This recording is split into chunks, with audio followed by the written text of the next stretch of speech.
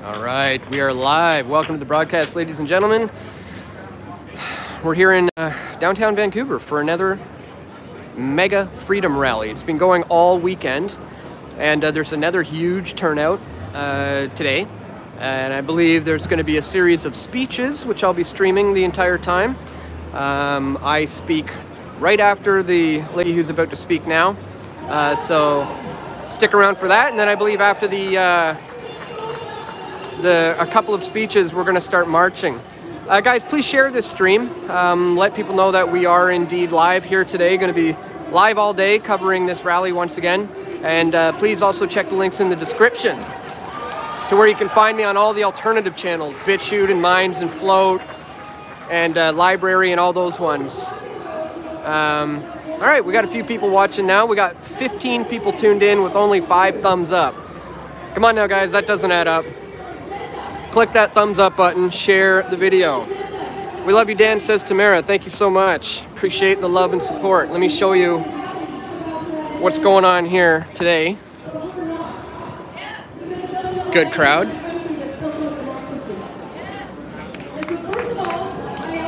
I want to give an update of yesterday. As many of you know, we had a rally here on September 13th, and there was an unexpected outpouring from the public. And it was so amazing, and we collected nearly $14,000 in cash. I was overwhelmed. So yesterday, we ended up raising $9,400 in cash, and there were 2 generous donors by check. Thank you, Richard, $2,000. And thank you to some dear friends of mine. Dorothy and Stan wrote a check for $5,000. So we're just very, very grateful for that. There was a challenge with the $2,000 check from Richard. If anybody wanted to match it, we'd be happy with that.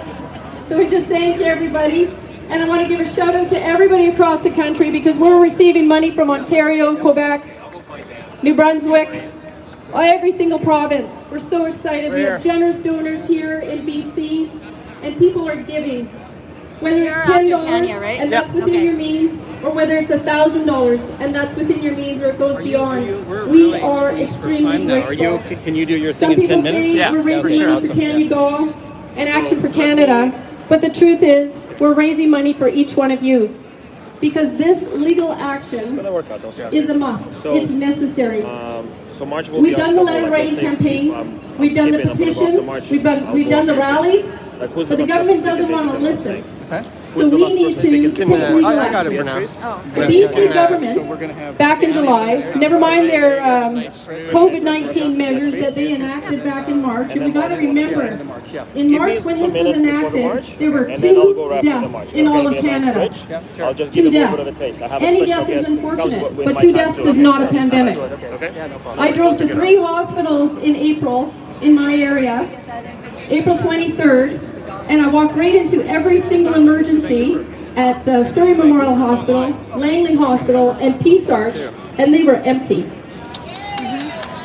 The news was sensationalizing, and they were saying there was a pandemic. I didn't see that. I would have expected the hallways to be filled, there'd be a lineup outside for those wonderful tents they took the time to put up, but there was nothing. Those hospital emergency rooms were empty.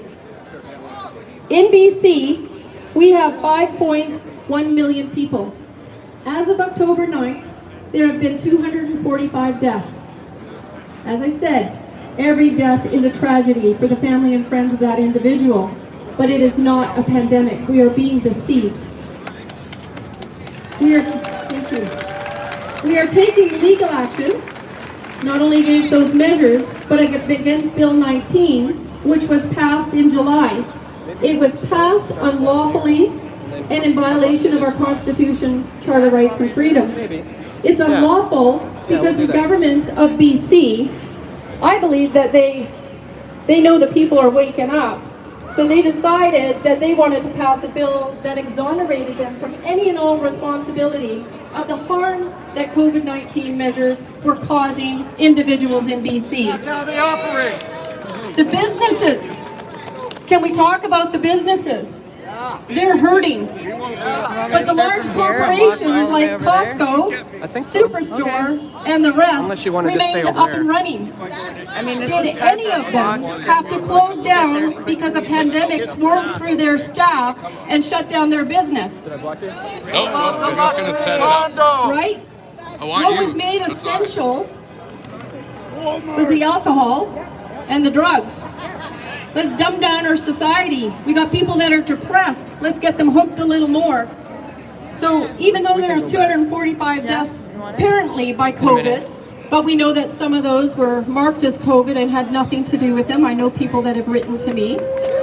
Meanwhile, I heard reported yesterday it was 70 deaths by suicide. Come on, guys, share this I don't know one person that's had It just COVID. started. I don't know of one person who's died from COVID. But when I made the announcement that we were going to take legal action on September 13th, I found out within 1 week of 4 people where a loved one had committed suicide because of the extreme isolation as a result of the COVID measures.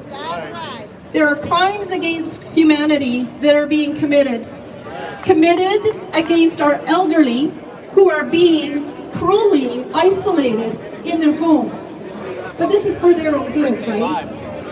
So never mind that the yearly influenza has come and gone every year. And we have had our elderly who have underlying issues pass away because the flu at any year is hard on our elderly. And we need to take measures to protect them, and we always have. But they're letting prisoners out of prison because apparently those with asthma and other conditions weren't safe in prison. Well, what happened to the masks? Couldn't they put masks on the prisoners and they be safe? Do you hear that, Bonnie Henry? Bonnie Henry has admitted that the masks are not effective against coronavirus, and she did this on behalf of the Nurses Union of BC. They were told that they needed to vaccinate or mask. It came up in 2012, I believe, by Health Canada. But the Ontario unions for nurses ended up bringing it before an arbitrator who said that the masks don't work. So, Are we back? I think we're back. Let me know if we're back. I don't know if the stream ended or if it started up again. Okay, I think we're back, guys. We got 4 people tuned in with 41 thumbs up. All right, we're back. Sorry about that, guys. Had someone trying to call me and it interrupted the feed. If you're watching this, please don't call me right now. Okay, I'm back. I thought maybe they were going to call my name here to go up and start speaking soon, but they haven't. So, okay, good. We're back. Guys, click that thumbs up button again. Share the stream. I think it's my turn. Hi. it is mask or not mask, that is the question for the store owner to be able to put in their business window. And it says, we respect your right to choose under the Charter of Rights and Freedoms. That would be a wonderful thing for business owners to support once they understand that masks are not mandated in BC. So please go ahead and collect some of those. And so as well, we've got Hugs Over Mask Tent in the gray, and they are selling Fearless t-shirts, and they are donating some of the funds to the Action for Canada legal action. So we encourage you to visit their tent as well. And now we've got these wonderful people in the blue t-shirts, and they have red boxes, and if anybody wants to donate, please come forward and put money in the box. This is for all of us, everyone. We need to dig deep. We need to dig deep and get this done. Should I tell people come down Carousdale Beach? I'll be there. Woo! All right, thank you. Now, what I want to clarify a little is, first of all, I want to thank Ted Coons, who is here today as well with Vaccine Choice Canada. And as you may know, Vaccine Choice Canada has already commenced legal action against the Ontario government, against the federal government, against CBC, health officers, and others within Ontario. So big shout out to Vaccine Choice Canada. Rocco Galati is the lawyer as well. And because of this, You're good woo! now. That big speaker was in your shot. You're better now. All right, so then now the difference is that the BC action is specifically for taking the BC government to court. and there will be others that are taking legal action against them. There will be others that are going to be included in that list. So anyways, that's another flyer that we're making available as well at that table. All right, so why are we taking this action? There's a lot of good reasons why we're doing this, and as I say, it's for our elderly, it's for our children, it's for our businesses. And I don't want this next step to grow old, but I'm going to ask something of you guys again today. And some people are, may say, why are you doing this, Tanya? And I'm doing it because we've been lied to for a long time. A long time. The Liberals, the NDP, and the Greens have been lying to us about something. About many things, but this one thing I'm going to talk to you about is really important. And you speak to anybody who has immigrated here from another country where they've come from totalitarian rule, where they come from tyranny, communism, extremism, and they will see the benefit of why it is that they moved to Canada and why they're concerned today. So it starts with small lies. It starts with social justice type of things, and they use the language, love, diversity, all of these different things, tolerance, to suck us all in, because Canadians are good people, we're caring people, we're loving people, we're accepting people. But I've been saying that there's got to be a limit to tolerance, and I think we've reached that. If we tolerated everything, why do we have prisons? We have prisons because there are laws. Canada has laws, and we expect them to be upheld no matter who you are in this country. You're an elected official and you're violating our rights. You need to be held to account. So what I want to talk to you about today is that Canada is a Judeo-Christian nation, and I want to explain to you why that matters. Because any other country that is built on a different system of belief and values is living under tyranny. Their people are oppressed and they are not free. So I'm not asking you to become a Christian today to live in Canada. I'm asking you to understand that the values that this country was founded on were based on biblical, godly values. Just appreciate that. If you're going to grumble about it and say, why is she talking about this? This is too much religion. It's not about religion. It's about the values. If you don't appreciate these values, why are you here today? Because if you want to live in under tyranny, you wouldn't allow to be here. You wouldn't have the freedom of speech. You wouldn't have the freedom to assemble. These are things that are given to you through a Judeo-Christian system of values. And that is what is underlying for your democracy. That's all I'm asking you to appreciate. And because we were drawn in to believe that, oh no, Canada is not a Christian nation, it's a secular nation. Well, secularism is one small step away from tyranny. And if you don't believe that, what came next from Justin Trudeau? We're no longer a secular nation. That one step is now, we're a post-national state with no core identity. That is what Justin Trudeau calls Canada. All right, so now we've gotten rid of Christianity. We're no longer a secular nation. We're a post-national state with no core identity. Well, what is he doing now? There is a coup going on within our government where they're shuffling in communism. They're filling that gap, whether you like it or not. So what would you prefer for it to be filled with? Tyranny, communism, or Christian values that give you the freedom and democracy to live here in Canada and enjoy the rights and privileges that you have?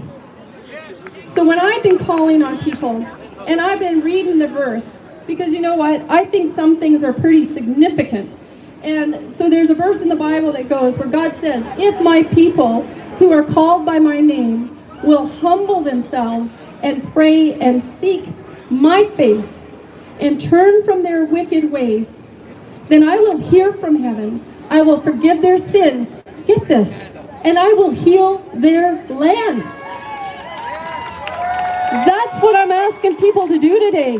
Whether you're a believer or not, I'm asking you to take a leap of faith that this is meaningful, that this matters, and at the very thought that we could be sorry for being so complicit, so apathetic that we have allowed this to happen, that we're allowing the abuse of our elderly, that we are allowing the abuse of our children, that we are allowing the attack against our businesses and our churches. So a godless nation wants our churches shut down. Where are our churches right now? I'm calling on pastors to stand up. You have a constitutional right to assemble and a freedom of religion. For those of you who care, you have that right. So if you've been apathetic and you've been given into this, then I'm going to ask people to take a knee with me. I'm going to ask you, whether you're a Christian or not, to consider what I'm saying. Do you have something to repent for? Were you apathetic? Have you given into this? If the answer is yes, then this is for you. Take a leap of faith, because we want God to heal our land. It's necessary. So please take a knee with me for those who wish to. Oh, dear Lord, we're undoing the lies that this is a secular nation, that you don't matter, that the principles of this state don't matter. We come against those that are causing the oppression in this nation because they are godless, they are meaningless, and they despise you, Lord. We pray for the forgiveness, Lord, for being apathetic, for allowing this evil to come into our land, and that we haven't appreciated what you gifted us with. So, Lord, we do pray for our leaders, and as I said yesterday, that you would either raise them up or take them out, Lord. I thank you for all the people that are here today, and that we have the right to assemble and to speak, and the freedom of religion.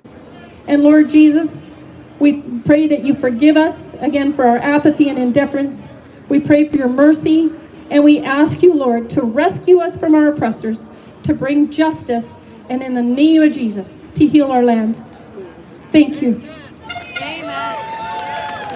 Thank you. Thank you for being here. We pray and we thank you and we ask for your donations, because this legal action is important to all of us. We are told to seek justice in the courts, and that's what we're going to do. So God bless you, and God bless Canada.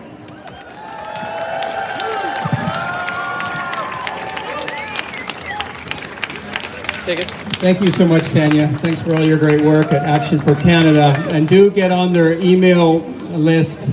Lots of great initiatives she's a part of, and we can all be a big help to her. Now I'm going to have a man that's just an extraordinary independent journalist come up.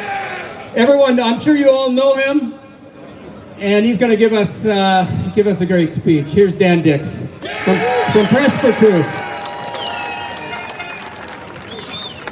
Thanks, guys.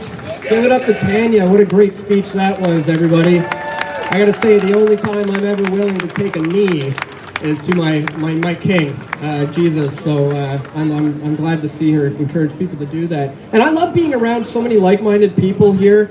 And it's almost sad to say that I literally these days have to come to these types of rallies in order to feel normal and to be around like normal kind of people who haven't been brainwashed and haven't been frightened into wearing a face diaper, and you're my kind of people and the people I want to be around.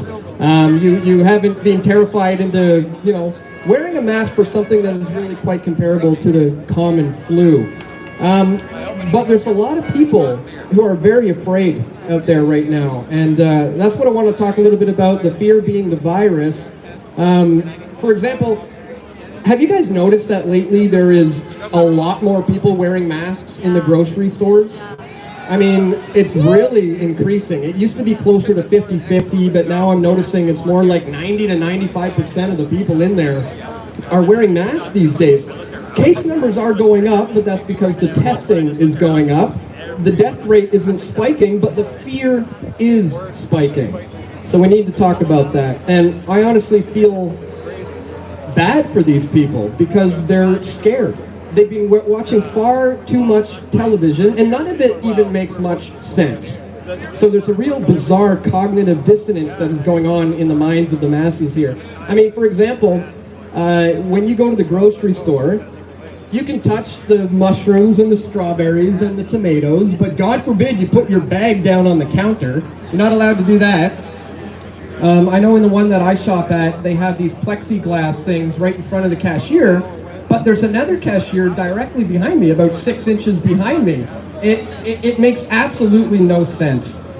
And the thing about the amount of fear that's swirling around in these grocery stores right now is that it really honestly comes down to the manager and how much TV that these guys are watching, because honestly the rules and regulations are actually just suggestions for the most part. So it's different depending on which one you go. The independent grocer in Squamish, for example, mandatory masks.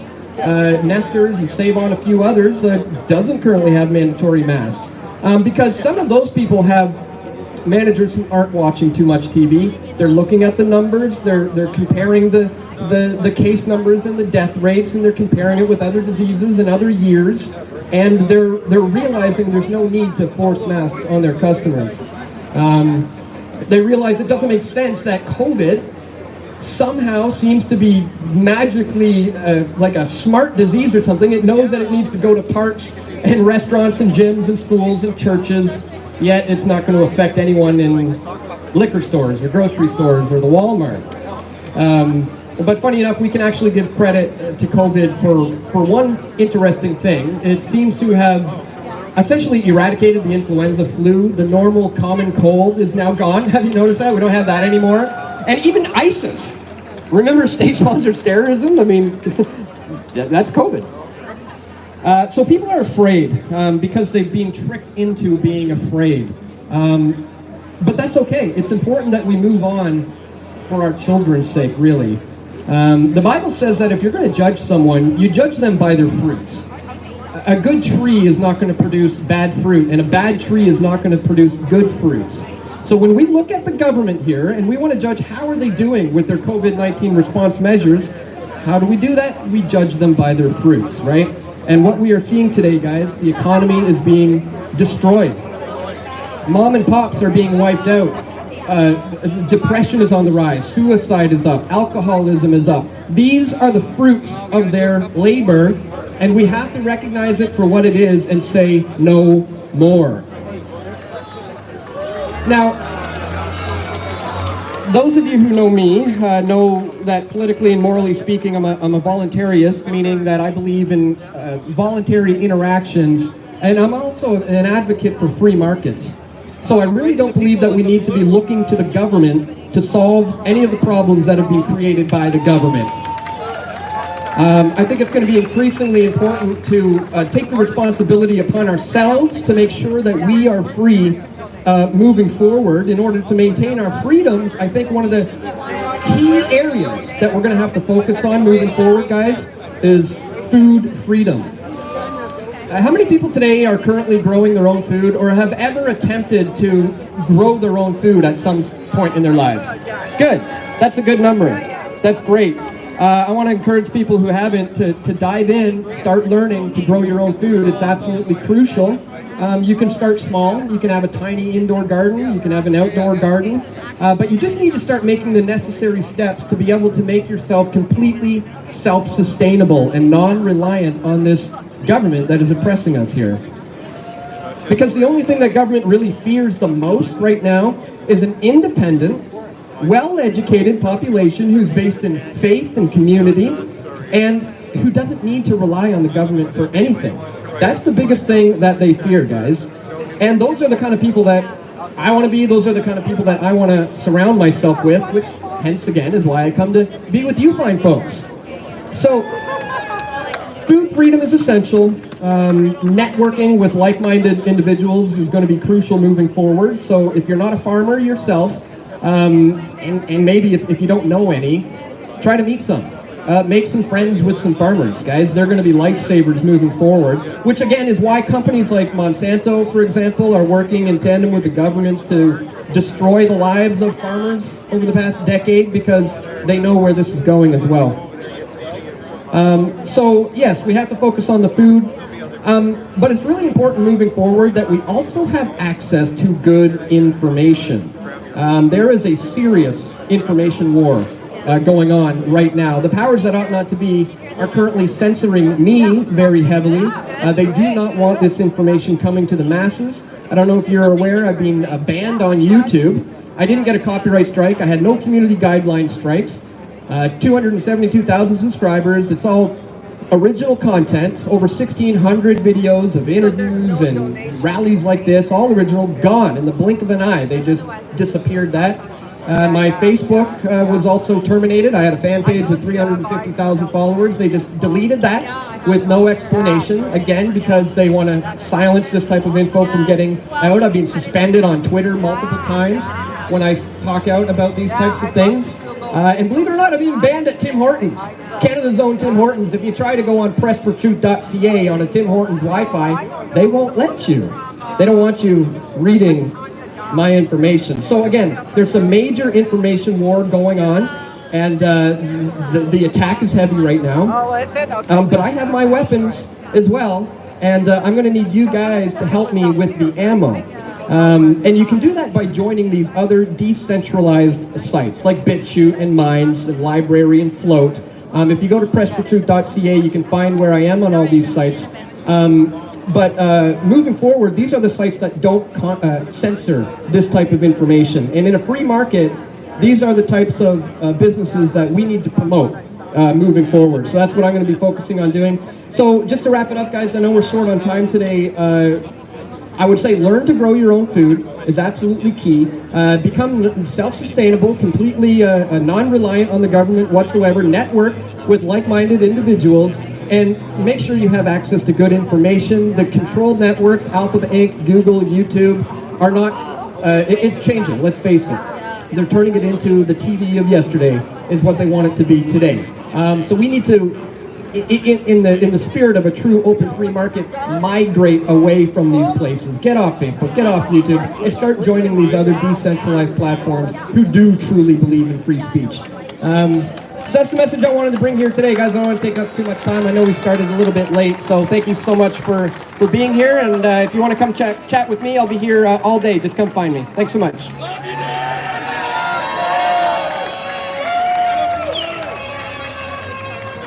Thank you, Dan. Great as always. Okay. People are looking for donation boxes here for Tanya Gogg's legal action. They're right over here on this side of the stage. Okay. Blue t-shirts. Next, we have David Lindsay. Search for you.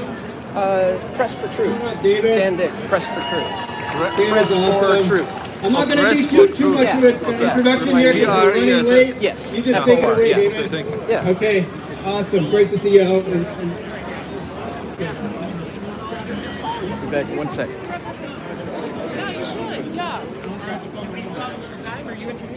Yeah, I think so. Hey guys. All right.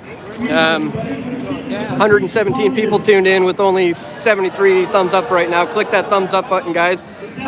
Thank you, Jonah. Thank you, Charlotte. Thank you, guys. Glad you liked it. I think we have a couple more speeches now, and then we're going to be starting a march, I believe. So hang tight for that. Where do we find you online? I didn't quite catch that. Yeah, it's Press for Truth. Yeah. What number 4? PRESSFOR. For truth. .ca? Yeah, pressfortruth.ca. Yeah. I didn't catch your name.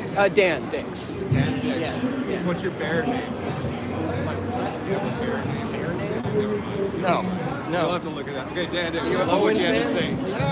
Yeah. No, my wife is a bear. Okay. Yeah, Okay. so, Yeah. So you're hitting those. You're hitting some of those notes. That's very good. Very Yeah. good. Cool. Yelling about the pornos. Yeah.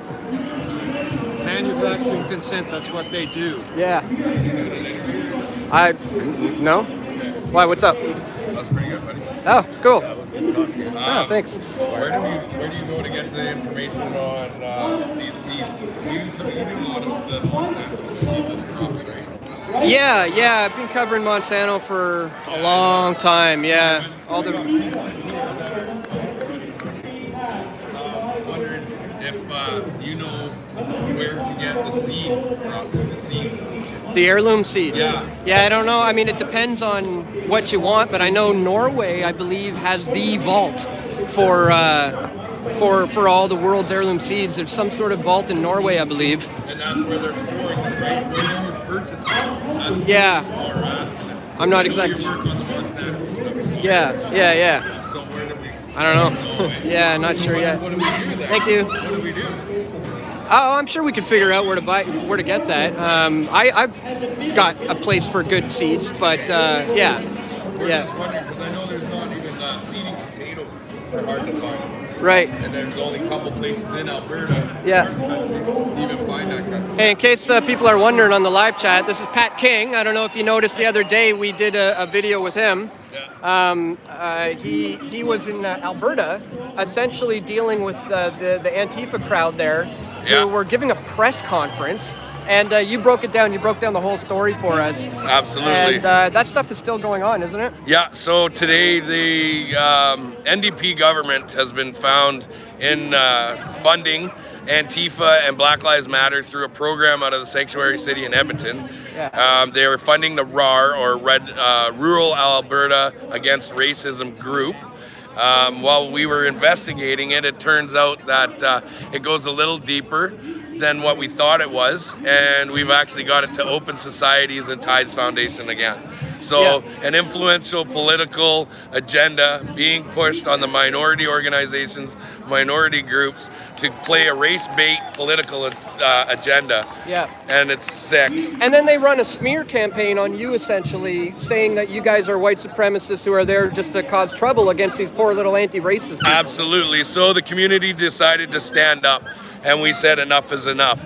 I made a video saying if Antifa comes to my town, we're gonna get you out of our town. So the community members got together, we pushed them out, albeit a little violent. The violence was there. It happened, and on both sides. Now what the media did was the media went and put the one gentleman's name out, but did not release the lady who assaulted an elder gentleman by the name of Taylor McNally. She's been charged with 3 counts: assault with intent, and assault with a weapon. And the media is refusing to put her name out because she's a Black Lives Matter person, and they can't tell you that happened. Yeah, it's wild, guys. I have the footage in the video. Go check it out. Can't remember the title of the video right now, but it's one of the more recent videos I did on BitChute. So yeah, go check that one out. It's pretty wild. Well, you called it the white supremacists of Alberta. Yeah, right. That's what you called it. Yeah. Yeah, so check that one out. Ever since we did that, Dan, it's been I'd love to say this, the feedback from everybody else was awesome. Yeah. What had happened though is I kind of got this new nickname, Dan. Uh-oh. I'm Canada's favorite white supremacist. Oh boy. But what happened is, ladies and gentlemen, I've got a full 4 class action lawsuits against the 4 major media groups happening for what they did. They named me a white supremacist, a racist, a hate group, and I've actually got smeared across the media, across Canada, across the world as being a white supremacist. Now I have the media retracting that statement, saying I'm not a white supremacist, which is an open and shut case of defamation of character, slander, libel, and actual targeting. And with Anti-Hate Canada, Evan Belgord and Mr. Kurt Phillips have been plastering me as well on this, which they know is illegal and what they've done. So I'm filing a civil lawsuit against them. If you can help me out. Same thing with the lady here. It's hard to get Rocco Galati on, and I need to help, as much help as I can with my GoFundMe page, so that I can as well retain Rocco for my case. My case is open and shut. $600 million. We're going for it. Yeah. Guys, check out his channel. It's Pat King on YouTube, and I'm sure you'll be able to find the links to those things. So, again, if you're just tuning in, guys, we're in downtown Vancouver right now for the day 2 of the Mega Freedom Rally. They have a number of speeches going on right now, and then they're going to be doing a bit of marches. So we're going to march around. We'll keep live streaming for the rest of the day. So yeah, hang with us. Share the stream. It's Rocco wants 10 grand. 10 grand? That's all I need. 10 grand. Oh, that's done. Can I ask you? Sure. Who are you with? Independent? Okay. Yeah. Maybe I'll put a mic on you. Okay. Do you mind if I record it? Oh, for sure, yeah. Yeah. It's an open and shut case. Yeah, I can just in it. No, that's all right. Okay. When they upsold me there,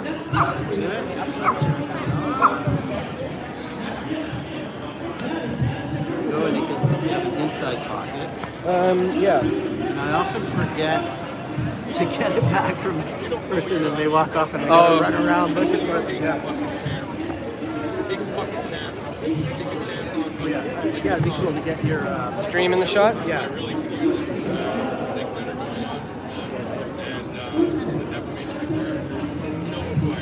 make sure they can hear me. Can you guys hear me? Check. Yeah, check. I mean, my audience. Tell me your name and what you had for breakfast. Dan Dicks grilled cheese sandwich. Grilled cheese, my favorite. Okay, so sightline. I'm looking at you. The case that I have is absolutely phenomenal, especially with the retraction. There we go. Okay, so tell me about Press for Truth. Press for Truth is an independent media outlet that I started in 2006, just essentially to cover a lot of issues and stories that the mainstream media was either not covering or putting their own kind of spin on it. So that's essentially what it is. I cover various events. We make documentary films as well. So your primary focus is Yeah. Your primary focus is the dishonesty of the mainstream media. Not the dishonesty of the mainstream media, but I do notice that a lot of people are feeling that they're not necessarily getting the full story from the mainstream, and they're looking to alternative sources for information online. And I'm simply covering various events and bringing that alternative viewpoint that they're not getting from the mainstream. So it's like you're filling a gap. Yeah, I feel that there's an information gap here because a lot of the controlled channels, let's call them, are just that, very much so narrow, skewed viewpoint of the world, and people are recognizing that and starting to look elsewhere. And they're going online, they're going to places like YouTube, and these days, more people are going to YouTube for their news than the regular TV of old. What are some more egregious examples of disinformation you've seen lately? I mean, it depends on what you're talking about. There's a lot of topics that I cover. But in terms of what we're here for today, I think there's a lot of misinformation that's been swirling around in terms of the COVID-19 government's response measures. So, for example, you have guys like Fauci, who everybody is looking to for answers, who have flip-flop on the idea of masks being not necessary to masks being so necessary that if we don't do it, we might cause the Spanish flu. I mean, there's been some flip-flopping happening there, and people are recognizing that. And so, yeah, that's just a small example of some of the inconsistencies we've been seeing from the mainstream. And so, So this is mostly about COVID we're talking about today? This is mostly about freedom.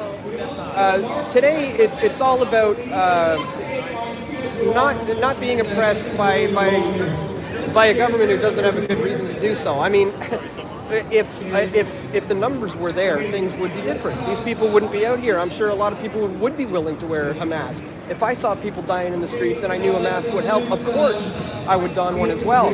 But the fact is, the numbers are just not there. These people are doing the research, and they're finding that that is not quite how we're being told that it is. It seems to be more comparable with the regular influenza flu, to be honest.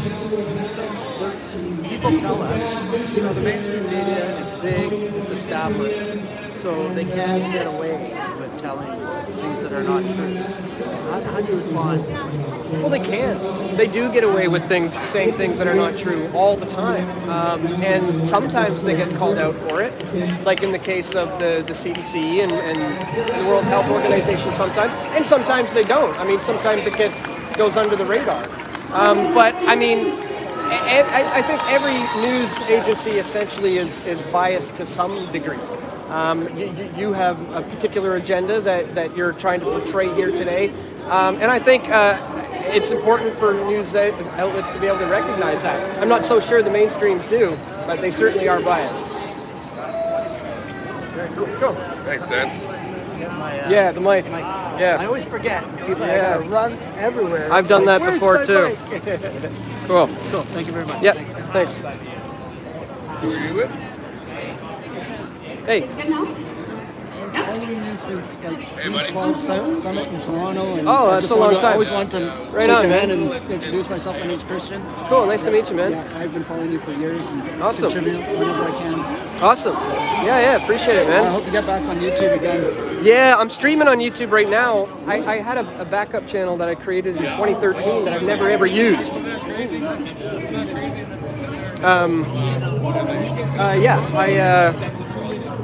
I've talked, I like waved to you and said hi to you a couple times like in the past summer, but I was like, I always wanted to come and shake your hand and just say thank you, man. Thank you for you know, being truthful and honest. And I know that it's true and honest journalism is the key to a free society. Yeah.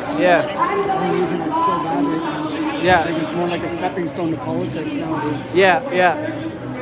Cool, man. Yeah, appreciate it. Two little girls. Nice meeting you. Two little girls in the crowd back there. They're the only ones. Yeah, that I both saw wearing them masks. yesterday. Yeah. Has anybody asked them why they're saying that? Yeah, so there's these two girls who are protesting this rally, saying people should be putting their masks on. Right. We're all dangerous granny killers. Granny killers. Yeah. Yeah. Hey. Your time? Yeah, sure. I'm live, just to let you know. Yeah, I know. Okay. I seen you yesterday. I was talking to you yesterday. Yeah. Okay, so I'm gonna make this quick. I know your time's super busy. Good talk, by the way. Oh, thanks. Hey, do you ever follow a guy named? Have you ever heard of a guy named Jason Christoph? No. He says a lot of the same, like Korean garden and all that stuff. Yeah. It's obvious at this point, right? Yeah. But anyways, yeah, great job with what you're doing. And I check out your website and all that. Yeah. Anyways, I'll make this super quick. Yeah, he signed right on. I told him right on. He had 6 followers. Where do you think this is going to go? This mask? Like in terms of what? Okay, my bigger question is, like, I'm a plumber by trade, right? And like, I don't think my career is going to work anymore. Like, Right. I haven't Yeah. I literally. Yeah. I don't have to explain this to you. Yeah, I'm the same. We're gonna have to choose our battles. Like, there's gonna be times where, you know, you're gonna think, am I really gonna miss out on this certain thing? No, I've already done that. Right? I know what you're saying. So there's certain times where it's justified to be like, look, I do what I gotta do. But for the most part, yeah, we gotta push back as much as we can. The World Bank, where it says it's going to end 2 to 225. You've seen that article. Yeah, I have. Yeah. So what, are they going to push this for another like 4 years? Because I don't think it's going away anytime soon. I hate to. That's what I'm thinking too. Yeah. That's why I said about my career. Like, I'm on EI right now. I just finished my 4th year, and then so I actually fluked out because I was taking school and it just got tied into it, and then I haven't went back yet. But it's like I would almost like to, I don't know, I'm on the fence, but like what you do, you're like a small organization. Yeah. You mostly do it yourself, but I'm a one man. It's just me. You don't have business partners. Wow, that's amazing, man. I've checked out your site. You got a good site. I appreciate it. Cool. I should get more of the stream, but as soon as I'm not live anymore, we can chat more. Yeah, you don't mind? No, not at all. It's just I got to keep the. Sorry. No problem. But I'll keep an eye out for you. Cool.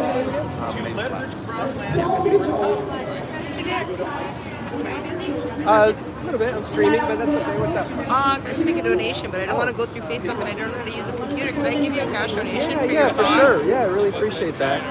I've had a lot of people who say the exact same thing. I don't do PayPal, don't do credit cards, don't do. Thank you very much. Thank you very really much, appreciate man. It. Yeah, really appreciate it. I like your journalism. Thank you. Journalism's dead. So Yeah. thanks for keeping a little bit of it alive. Yeah, much appreciated. Thank you. What are they doing? I said, nothing. No, they're good people. They're not saying anything. Still streaming? Then they said, we are going to offer you money. I got kicked off. Okay, sorry everybody. Back to the events. And we'll be back in a month if you report Getting to distracted us by what they're people wanting saying, to what they're interview me doing and talk to me every after my moment that they speech. make. So, I we're was back. 12 years old and I learned then, in that moment, that snitching is not a moral duty. No.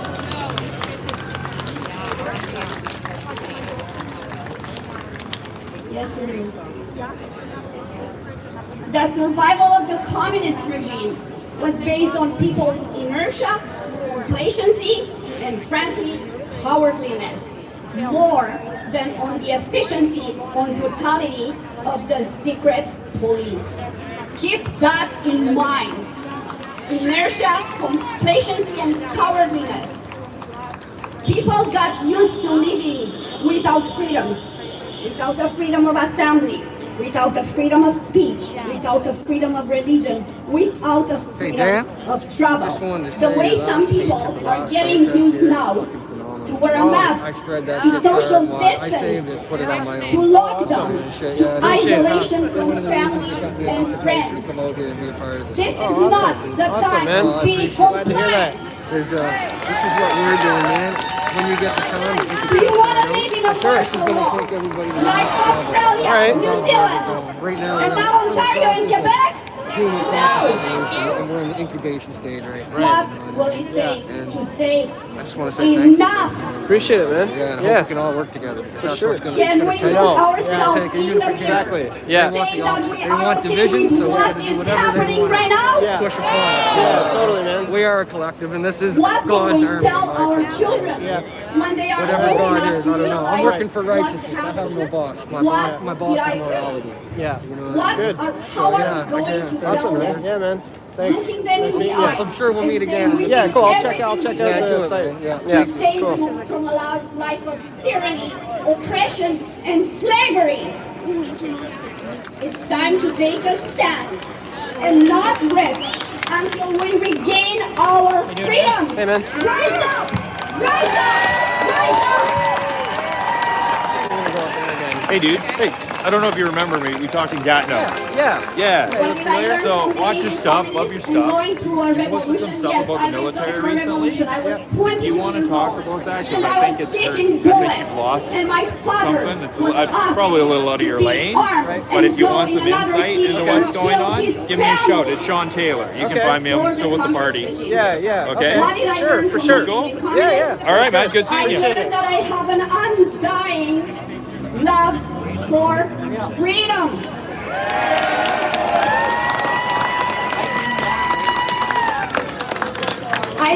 I learned that it's vital to show civilized disobedience, to notice totalitarian egotistic. Yeah, when you will My friend wants to talk to you. Oh, okay. Is it okay? We're streaming live, but we can chat real quick. Or You were a speaker, right? Yeah, yeah. No, it's like one day Yeah. I would like to speak as well. To prepare, I will be able even right now to say some things. You know, I came from the communist country as well. Right. I was in prison as a political prisoner with Solidarity. We broke the communism, so that was the one thing. You know, other thing you said and many people said about health. I was diagnosed in 2013, really December, with cancer. After spread and after the first surgery, I didn't go for any radiation or chemotherapy. Do you mind being on the stream, or is that okay? That doesn't matter. Yeah, Doesn't matter? I can be. So Sorry, guys. So this is like short time, yes, like. Right. So first one, political prisoner in communism.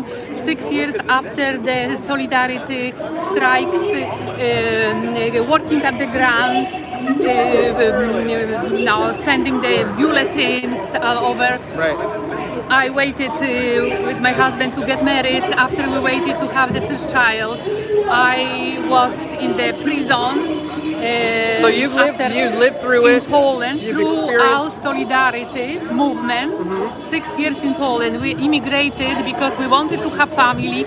I lost first job as I was arrested. Other job I lost at school because I was a teacher as well.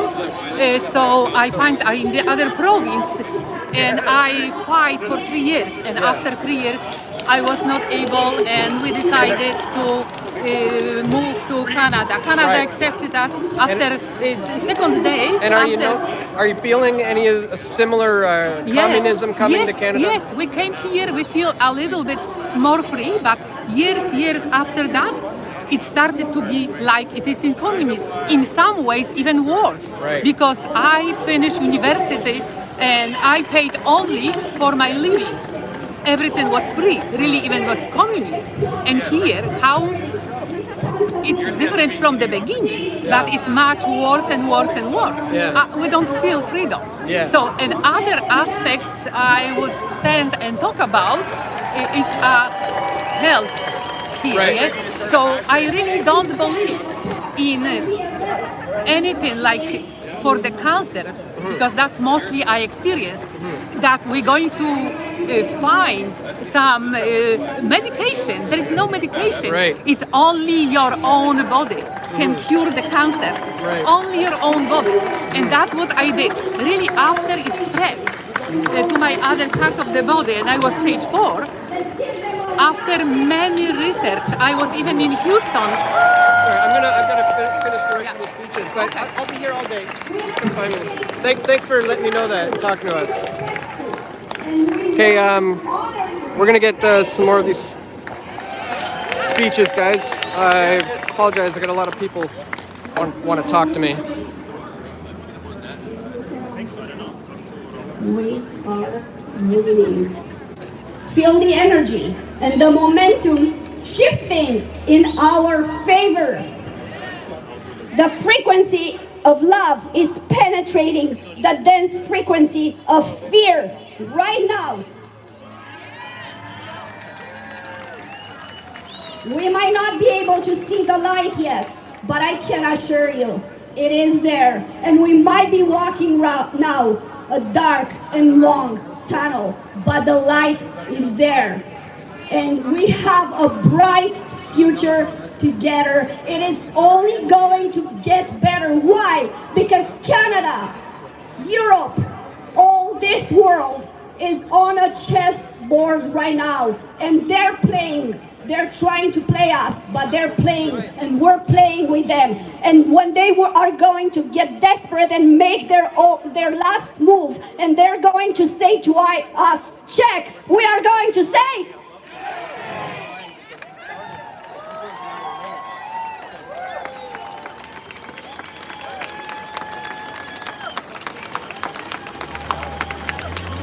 What a great speech by Beatrice Weir. Give it up for Beatrice.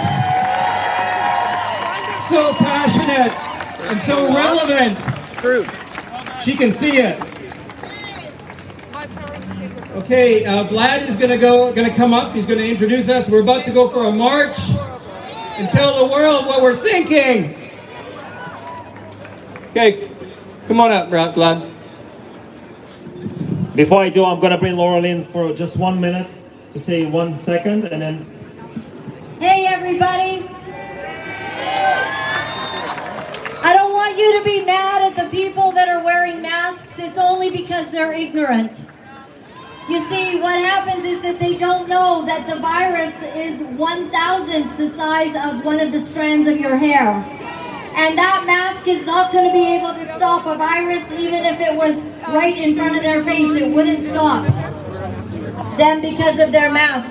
If you go to my Facebook, I uploaded a brand new video from the first line doctors. Do you remember them, all the guys in white coats? Everybody in mainstream media takes down their videos. They are doctors, they're trained, they know what they're talking about. Last night they said there are going to be more deaths because of masks. These are doctors. We're not up here quoting ourselves. I don't know much about, medical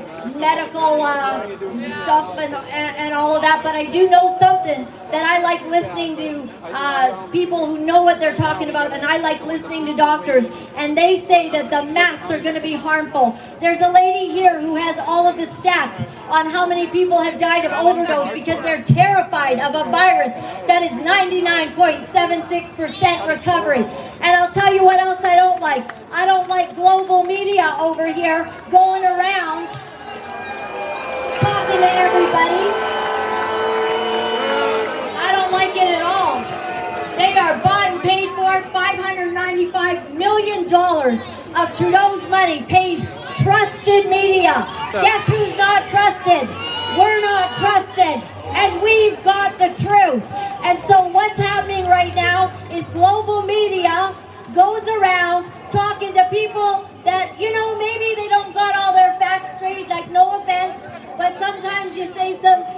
some funny things, that's who gets on the news. I go up there, I start talking about why aren't you reporting on MPP, Randy Hillier in Ontario, who's talking about quarantine camps. Why aren't you talking about that?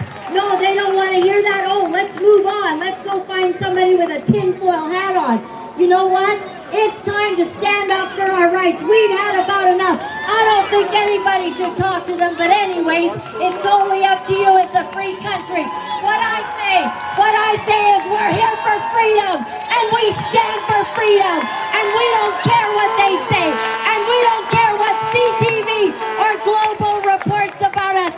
They're all a bunch of snakes and liars. That's what we're up against. So today, march, stand, be proud of you, knowing what the truth is. Stand for what's right. And together, we are going to make it through anything. And if anything, vote for libertarians. You've seen them today. Vote for independents. Vote for CHP. Do not vote for the established elite political parties. They are bought out, sold out. They only align themselves with people at the top for their little paychecks.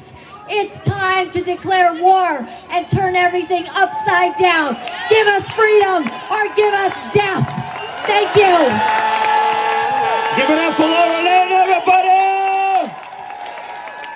Okay, guys, we're going on a march. I want to make sure everybody's going to come back because we have some phenomenal speakers. I'll be speaking my heart out like always, but I have a special guest that's going to be joining me, and he actually been offering hugs to Vancouver people 16 years ago, talking about coming a full circle. So you have to come back and hear a tremendous story and inspiration and wisdom this person will offer to you guys. So everyone, receive a new normal sign right there. Do not engage with outside people. We are there to march in peace, in love, and compassion, and have it in your mind. And if you see people engaging you in some shape or form, please do not engage. Yesterday we had some people engaging back. Resist. Do not come into those games, okay? It's important to stay from love, from compassion, from peace, and just stay in your crowd. Hey, you know, Dan, few chants you can say, freedom is essential. We are all essential. And then hugs over mask, we don't have to ask. Okay guys, no new normal. Come back for all the speeches. We have phenomenal people lined up for you guys. And then we have independents, libertarians speaking as well about alternatives to political parties. We have a bunch of signs for you here. Please bring them back, hugs over mask signs. There's a few over there as well, guys. Thank you. Have a beautiful march. Freedom is essential. We are all essential. Freedom is essential. We are all essential.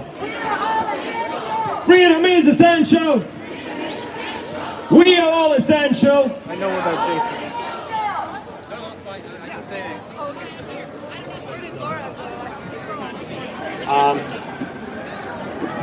Healthy people don't wear a mask. Immune system is not a conspiracy theory. The real health advice is all right, guys. Eat healthy food. It's going to be starting the march now. Drink fresh water. So let's go get up to the front of the march so we can get a shot of how many people there are. Let's go. So we're going to get a spot up at the front and see if we can get a decent shot of how many people there are. Guys, please share the stream.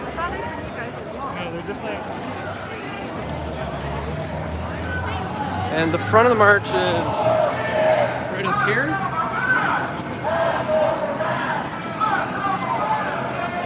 And just like yesterday, maybe about 1,000 people this time, so half the size of last time. But here they are.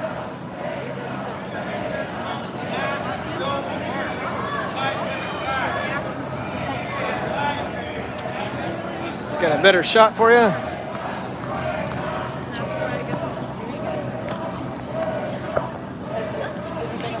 Hi. Please do your research, people. The masks do not work. It's scientific fact. There's thousands of scientists who have signed on to documents proving that. Another great crowd. Dan, Dicks. Yeah.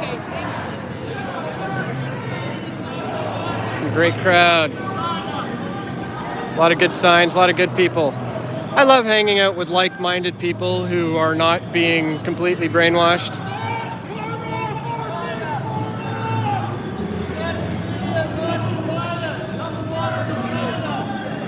Right on. Really important rally on Tuesday. For sure.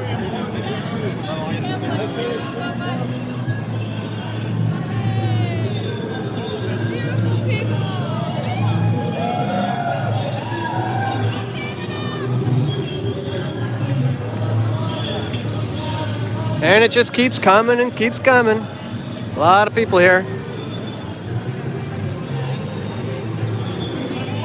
Thank you.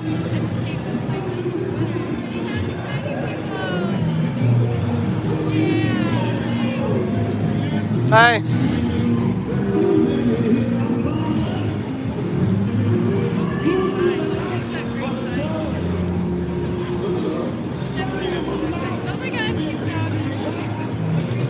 Thank you.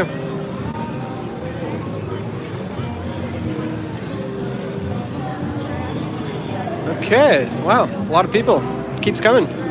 Maybe about 1,000 people. People seem to have liked my speech. What did you guys think? Did you like it?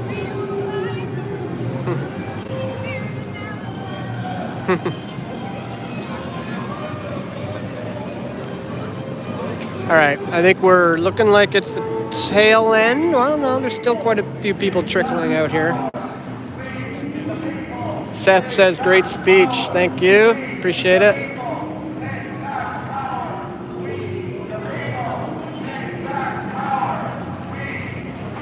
Okay, actually, there's still quite a few people coming.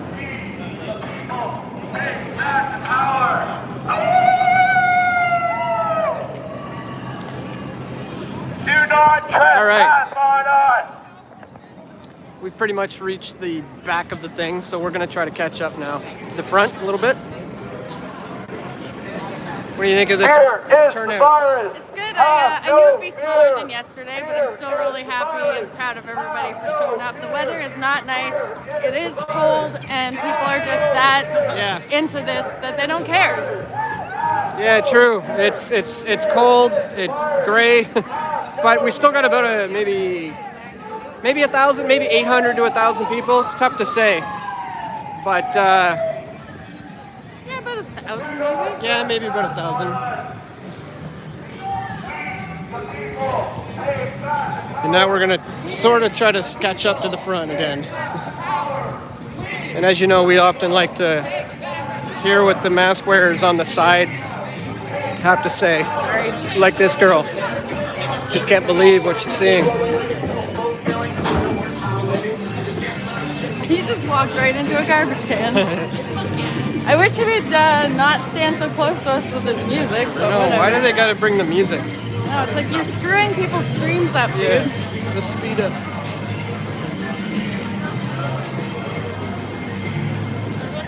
Can you hold up for one? Oh, puppy! Come on, come on.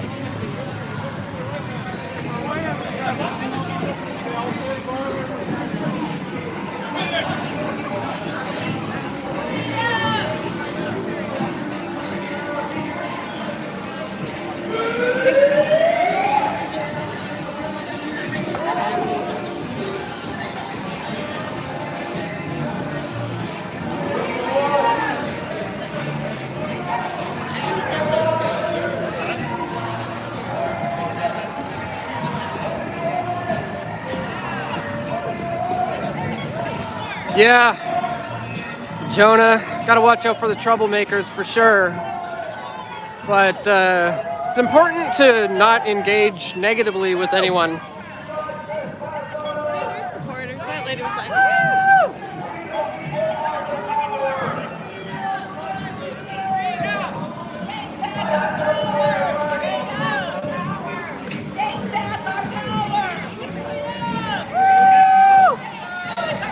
I know it's not my fault, but it could potentially get me a copyright strike. And then the video gets taken down.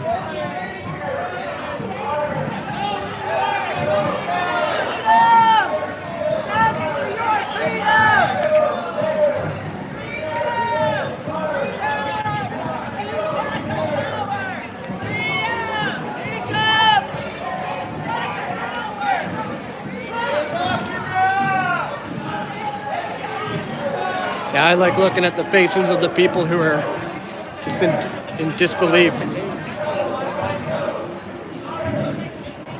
All these masked people are like, oh my God.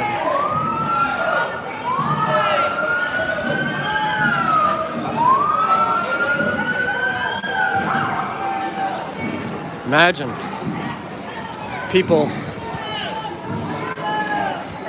who didn't drink the Kool-Aid. Imagine that. This guy's doing some sort of virtue signaling selfie or something up here.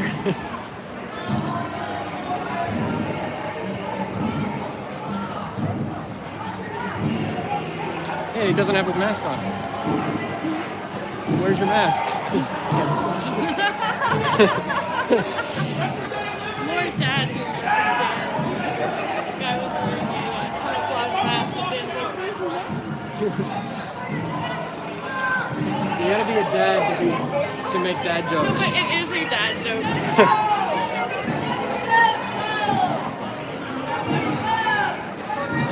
My wife's making fun of me for making dad jokes because I saw a guy wearing a camouflage mask. So I'm like, hey, where's your mask?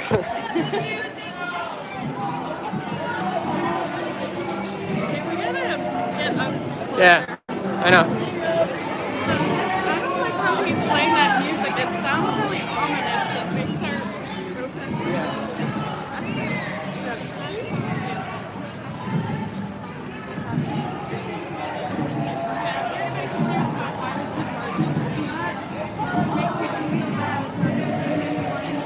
They're literally just trying to help these people understand what they're doing to themselves.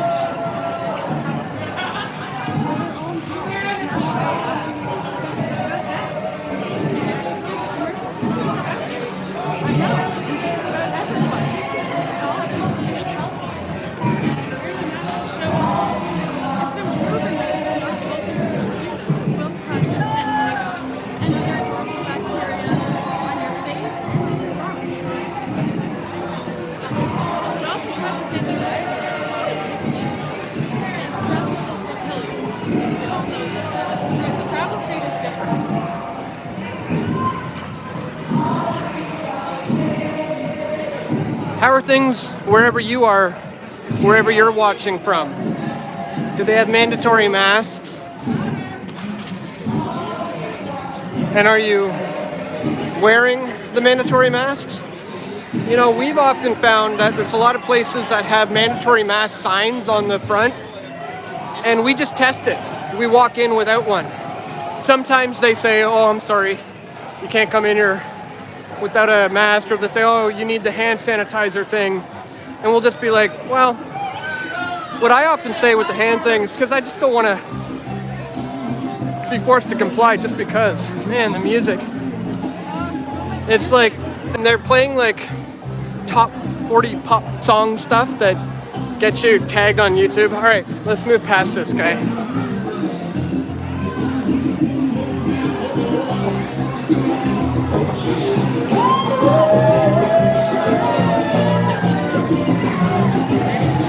It's not like I can escape the music.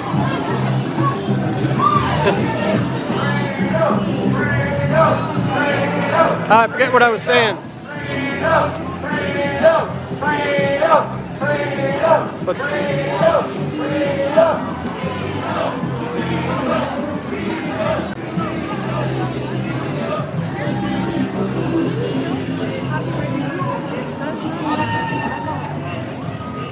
yeah.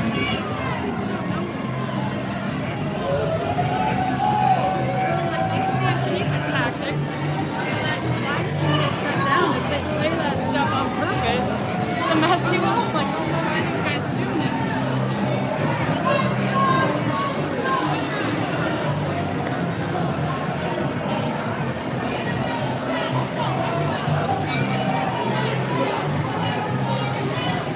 This lady's handing out information to the people on the sidelines, which is great.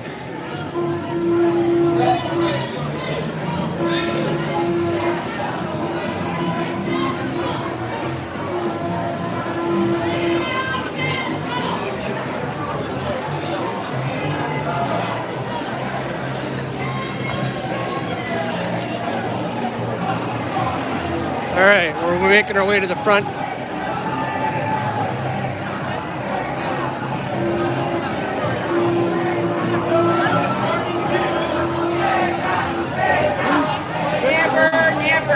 Put a mouse on. Get some oregano oil and keep it in your house because that stuff, whatever cold you were starting to get, I promise you, that stuff is.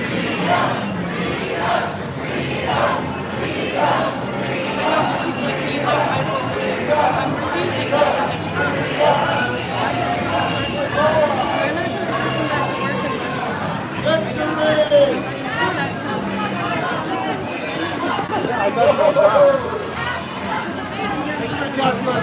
All right, we made it to the front.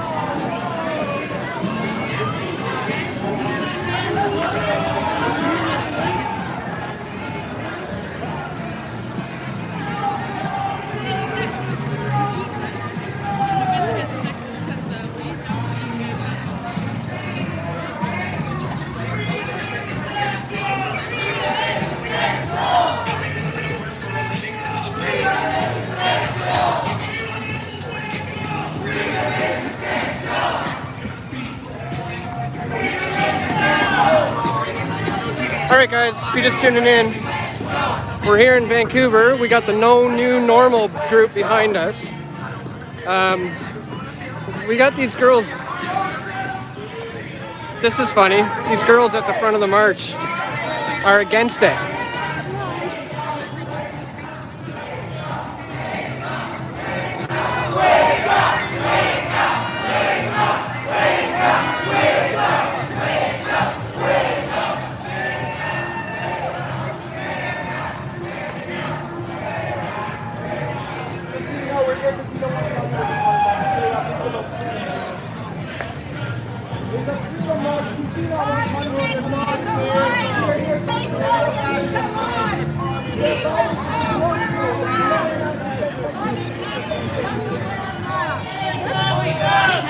All right, got probably about maybe 800 to 1,000 people here for the massive freedom rally.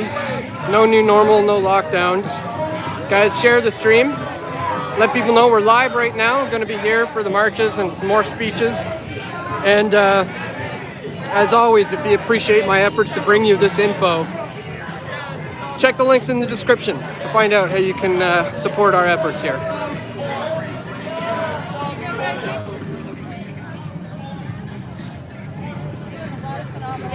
Let's get another shot from the side. All right.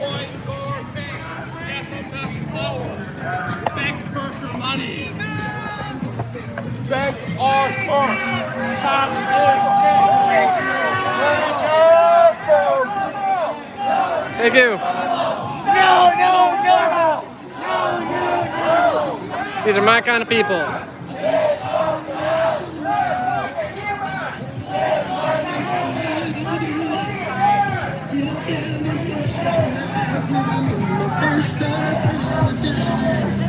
Hey.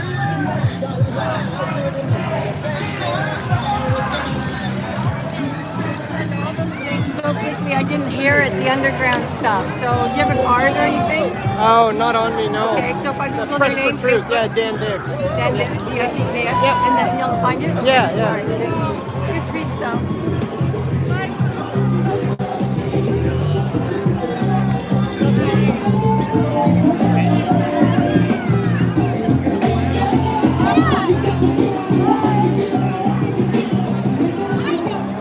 Hey. Dan? Yeah. Cool. Nice. Thank you. Awesome. Hey. Yo. Good, man. All right. What a great bunch of people, huh? Beautiful people. Let the media not divide us. Remember, Beside us. remember the first one? Yeah. How could I forget, Dan? Me and my wife were here with about like 12 other people. Put out this tweet that just happened to go viral. Yeah. got like guys like Seth Rogen saying, "Go home, you effing idiot."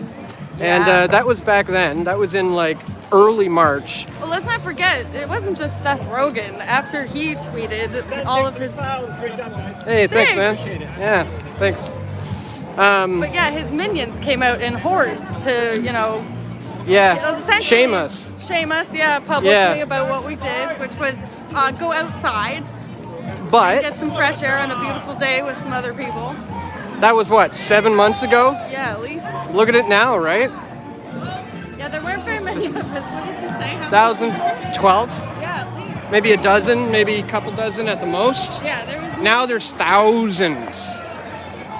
Thousands of people now. What's Diane and Dorothy talking about? I'm so scared of what's happening here in Canada now. Yeah, it is scary, Dorothy. What's happening in Canada, and that's why these people are out in the streets.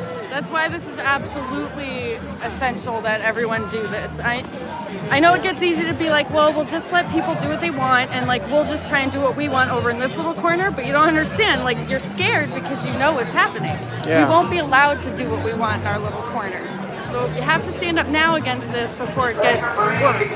Yeah, I mean, it is getting worse, Yeah, and that's why more and more people are starting to recognize that, and they're getting out in the streets and they're saying, enough is enough. Exactly. A girl said it in her speech yesterday, that you just feel like one little person and that one little person can't do anything, but all these people here today are just one little person. Yeah. So stand up, be that guy, be that voice, be the one that's making it difficult, be the one that's disrupting the day because you don't agree with this. Be that guy. Yeah. Dorothy's asking God to bless our marriage. Thank you so much. We are blessed quite a great deal already. That's another thing, like COVID didn't just divide like people. Think about this, guys. It's dividing marriages, it's dividing families, kids from parents. Yeah. It's bad. It's really bad out there, and that's why educating the people with the mask on is really tough. I know. I get nervous doing it all the time, but we have no choice. But you don't lose friendships over this, though. That's the thing. You have to find a way to... I guess the best thing is that we all keep saying it. Don't tell them about it. Ask them questions. Yeah. Right? So why do you trust your government? Some guy brought up, ask your friends that. Yeah. And if the answer is no, well, then you've got a great starting point right there, because it's then why are you doing it now? Yeah. For this. Look at these guys. I know, they're so cute. Look at, it's like this one looks so much like. Got a little tiny, a little dog that looks like our little Tony, trotting along here. Every time we see a dog now, we're just like, oh, we love dogs. What do you want? What do you want? What do you want? Would you excuse me? Get out of my face. I just stopped her. Wow, I saw that. She freaked out. She went, get that out of my face. I was holding it like this. Yeah. Away from I wish I got that on film. my own body. That's the thing, guys. See, like I get that reaction from a lot of people every day. It's interesting because I literally this word. Well, she's one of the ones that's been watching far too much television, and we're not knocking these people. No, we feel bad for them. I mean, they're scared to death, and no one should live like this. Like, the worst part that breaks my heart is the elderly people who are being like segregated and being told they have to sit alone now because somebody might kill them with COVID. Believe me, these people, they want you to talk to them. They would rather talk to you one day than never see anyone and just die alone. Got some people on the side here cheering and clapping. Hey, man. Hey, good, thanks. Thank you. Good speech, Dad. Oh, thank you.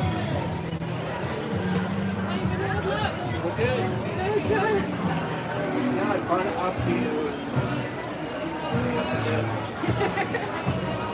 Got sidetracked. Did you guys want to know why we're marching today?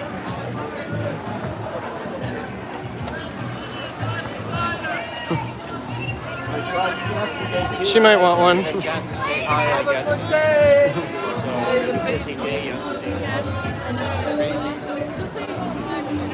Oh, you're live streaming. Well, I knew Dad was, but I didn't know you were. Yeah, no, I'm just but no worries. It's like 2 3 just not my leaving voice.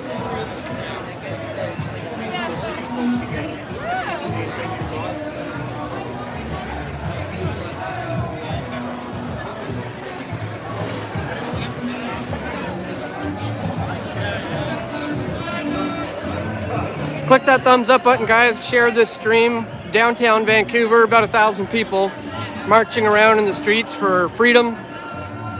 These are anti-lockdown folks, and just trying to educate the public about why we're out here. Like, this lady's been doing a great job.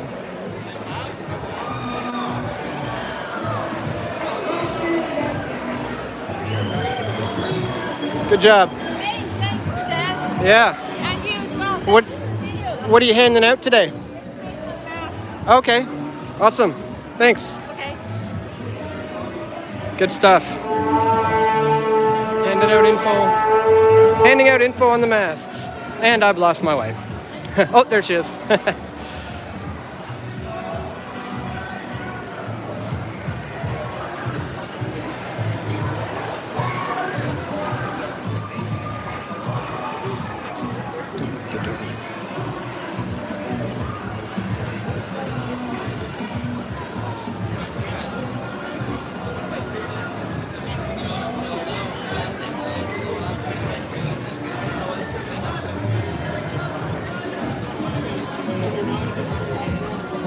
This is big.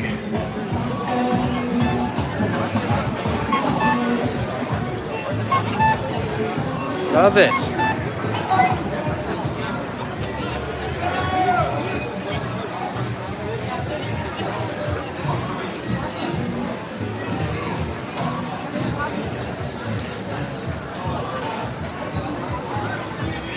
What are you handing out today?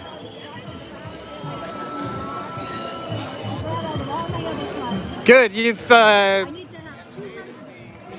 given out, yeah, a ton so far on the march, eh? That's awesome. Good stuff. Great. Yeah, good call. Yeah, that's right. And then maybe it'll be, yeah, right. Maybe it'll be triple the size next week. Yeah. Yeah, exactly. Yeah. Yeah. Awesome. Up. Keep it up.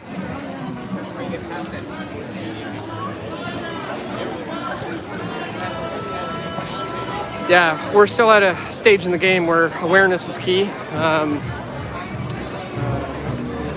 Just giving out information is still very crucial at this stage in the game. Hopefully this music doesn't get my stream shut down. But share it either way. Again, if you're just tuning in, we're in Vancouver. It's the Mega Freedom Rally today, day 2. Had a number of speakers earlier today. I gave a speech. You can see that a little earlier on in this stream. And there's a few more speeches to come. And I'm now just trying to get to the front of the march. I estimate around 800 to 1,000.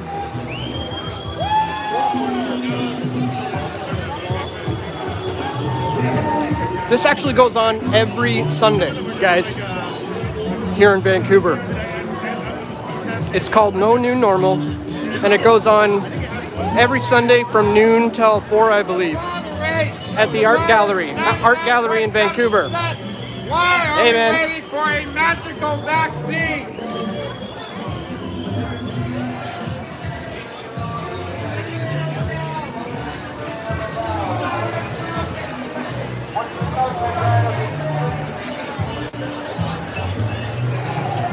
Hey, buddy.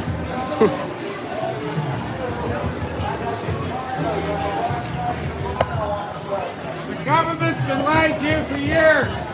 What do you think has changed? Nothing. It's still lying to you.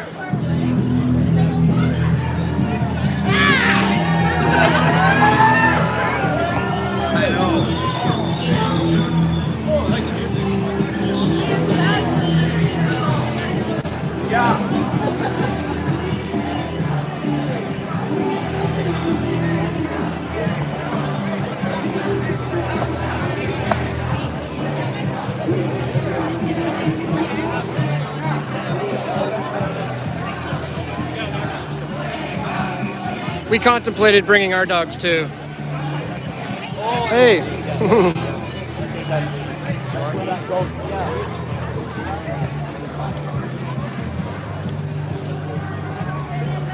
Gonna get away from the music again. Gonna get away from the music again. So annoying. It's definitely not the same marching route as yesterday. No, I know, different route, yeah.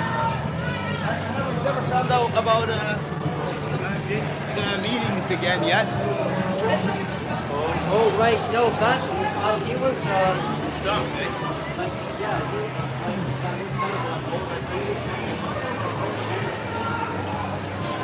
I walked by two ladies that they were like, people do such stupid reckless things. Yeah.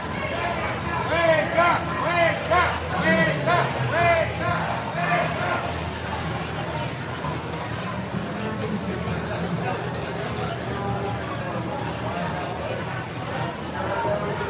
Everybody knows the government lies to you for years. Why do you think now is any different than it has been in the past? McDonald's be healthy. I trust the government now. They lie to you about everything else. Masks do not work. You do 30 minutes of research on that, you'll find hundreds of pages of documentation that go back for decades.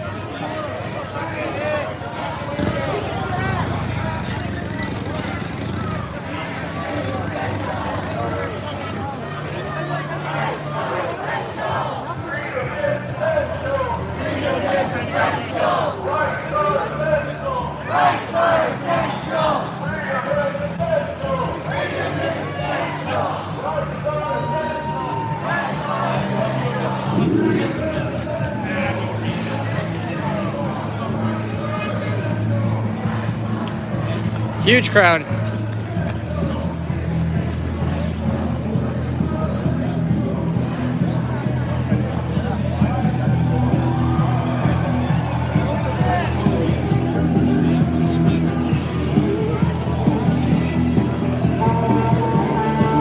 Ah, more puppers.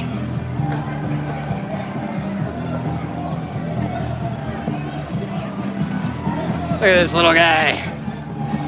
Look at that little face. Yeah, that's a good shot, buddy. Yeah, God, totally. Gotta get the cute pups. He looks like my guy. I have a guy just like him. Oh, this guy? Yeah. My guy. needs to be Got a guy named 420 Tony. Looks just like him.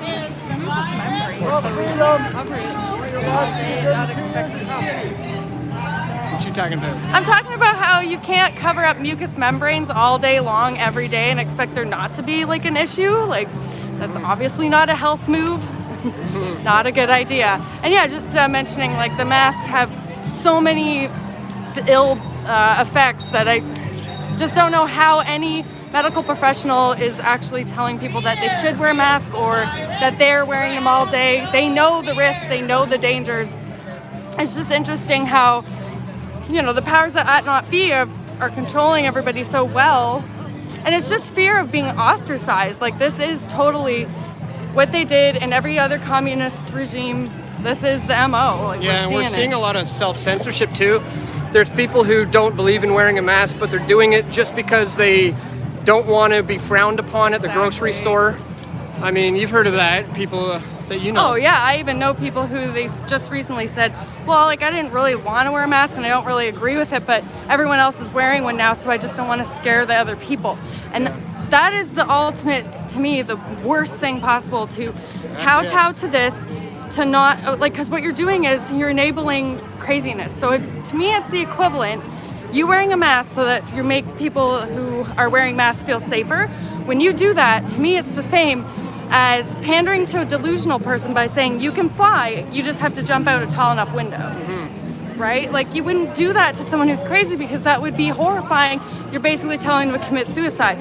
I don't see a difference here. You can get really sick from wearing a mask every day. And people have. I mean, this, it's not some sort of conspiracy theory. No. I mean, the fact that, like, the cases are out there. A lot of children too. Local news has been forced to report on the children who are getting bronchial and other respiratory illnesses from breathing in their own CO2 all day, because you're not supposed to do that. You will get lightheadedness, like I was talking about yesterday, with the hypercapnia. That's a real thing. You can look it up. They can't deny that that's not a thing. You cannot breathe in your own CO2 all day and not expect a problem. And also just all the germs and bacteria that are gonna start accumulating on the mask, and then you're touching it and pushing it towards your face and touching your nose. If you don't want to get sick, the first and primary thing you should never do is touch your nose during cold and flu season, because you will get sick doing that. Yeah. All right, we trailed back to the back. We're gonna maybe try to catch up a little bit to the front.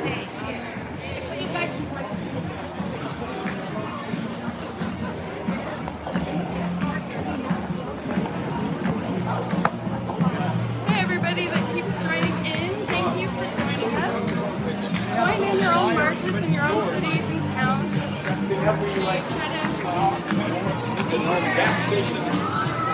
They have even like a little plastic box, you know, that they're You have to wear a mask inside the public building, but they are advertising amazing quality and David Icke. We'll go up here. Shortcut.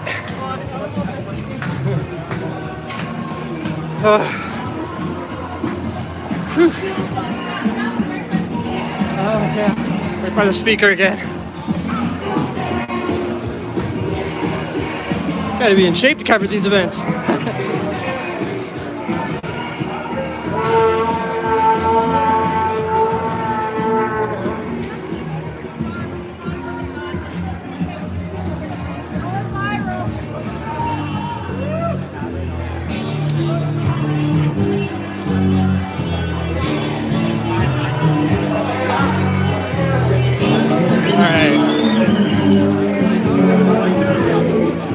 A lot of great people here marching around.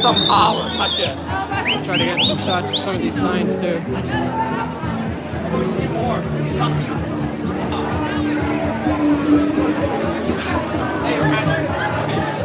Guys, don't forget to check the links in the description to my other channels. Yes, we're on YouTube right now, but they'll probably kill this channel eventually. So make sure you're subscribed to me on BitChute. Links are in the description. With good sense to call out nonsense.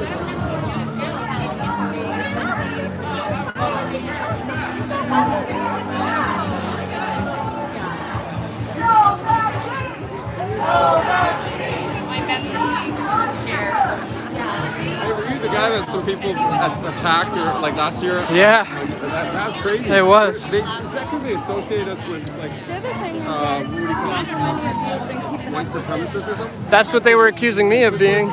It is ridiculous, yeah. Just because of default, or they think that naturally there's, I don't know, like the left. In my case, it's tough to say. Yeah. They don't like the info I'm putting out. I asked them to say, what do you, what have I said that makes you think I'm racist? And they don't, there's nothing. So, it's just mob mentality. Yeah, that's right, that's right. Yeah. It's not going along with mainstream. Yeah. So, parts of Britain where people didn't want to go get tested because they didn't want to wait in the lineups. So they went home, and then an hour or 2 hours later, they get it done. Whose idea was it to march up a big hill?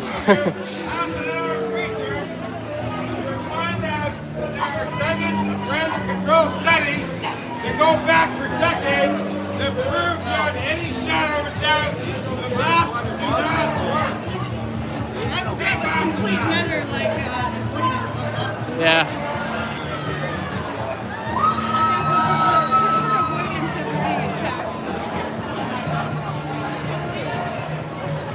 It's the other thing, like we're willing to engage in civil, calm discussion. The people in the mask don't want to hear a word of it.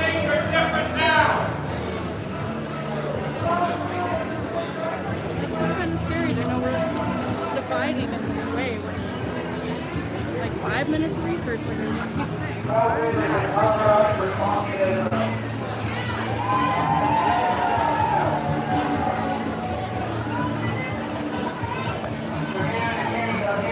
Somebody's asking what would I think of moving to Brighton.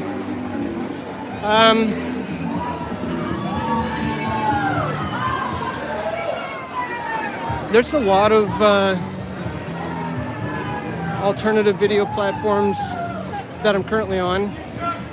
I didn't have a great experience with Mike Adams when he once employed me to do the Dan Dicks show on his network. And it didn't really work out in the way that he had said, and I don't know, I kind of got a little bit soured by it. So haven't really looked into Brighton very much because it's owned by Mike Adams, and I tried working with him before and it didn't really work out. So that's that.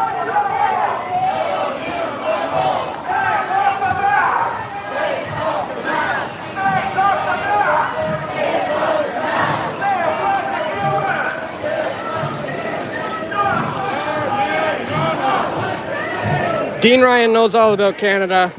He's been trying to get me on. I've been meaning to, so we could talk about what's going on in Canada. Dean's a friend of mine. He knows what's up.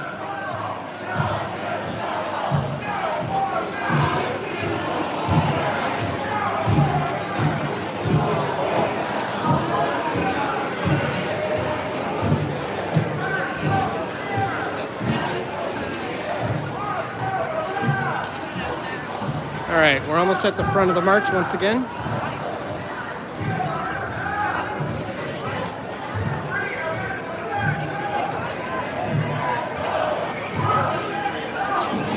You got the classic people on the sidelines, many times in shock as these people chant freedom.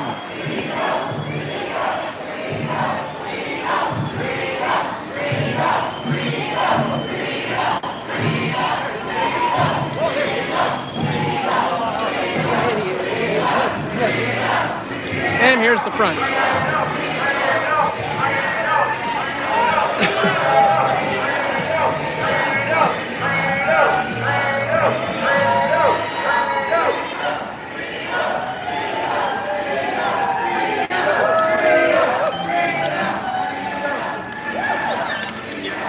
Freedom!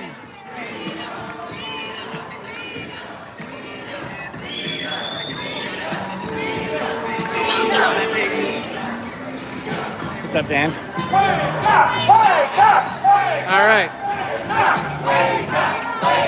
Sorry about the shaky camera, guys. Just doing something. I'm going to post something out on Twitter and Instagram. Let everybody know we're currently live. So.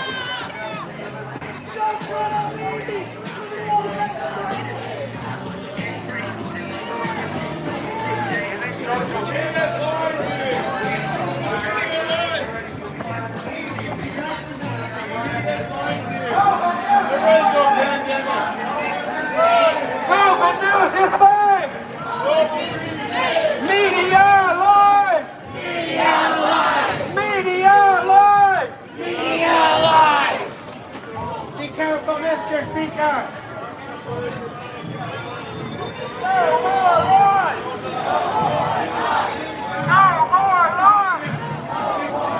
So I'm just posting something, guys. Bear with me here.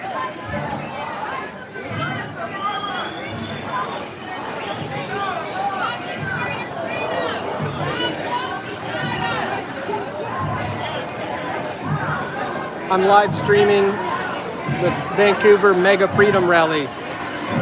Come check it out. I'm live streaming the Vancouver Canada Freedom Rally. Come check it out.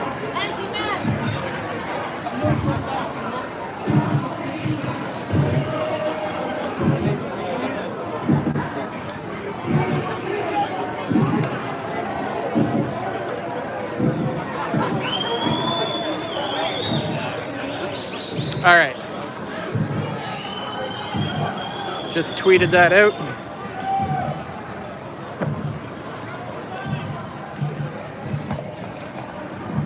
I'm out of space. What do you mean? Like my live had to end. On Instagram, the lives can only go so long. Oh. And I'm also running out of battery power, so I gotta plug in. Get your battery out. Yeah.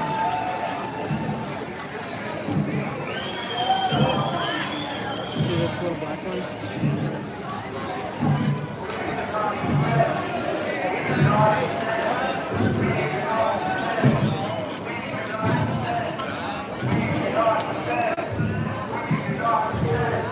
Somebody's asking, what do I think of the new Blue Party? Not sure. Don't know enough.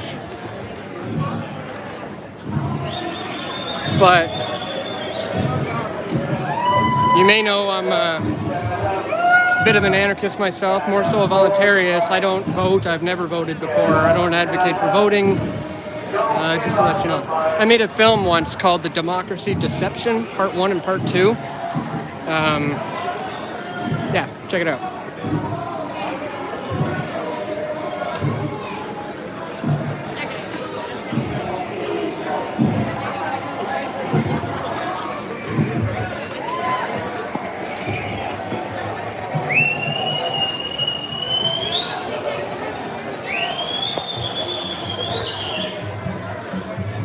Screw voting, says Peganon. Agreed.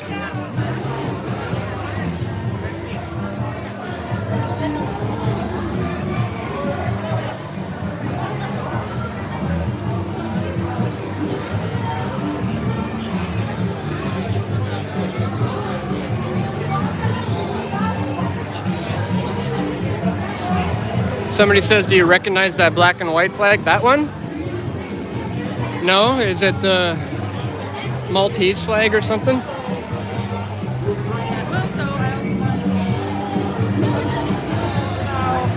Some of the more disruptive things they're doing, and especially to children who grow up in a COVID 1984 world here, is that they're not letting people hug each other. And hugging is an essential Good to part see of you it. in the chat. Peace of mind. This is like where you get your feel good, all the feel no, we don't have a Second Amendment. In fact, the Canadian regulations and restrictions when it comes to gun ownership is insane. It's the most strict in the world. Canadians are the most vetted gun owners in the world, and the restrictions are insane. So there's not exactly you can obtain a gun, but it's very, very difficult in Canada. And there's serious, crazy regulation of laws and rules. so that you get stressed out, therefore raising your cortisol levels. JD is asking, where is this? This is in downtown Vancouver. You will stress your heart out.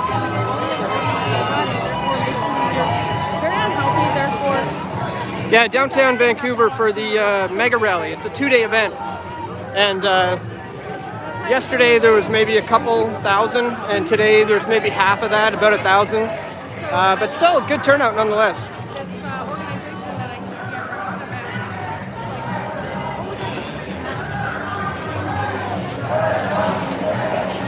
getting It's a long march too. Marched all around Vancouver.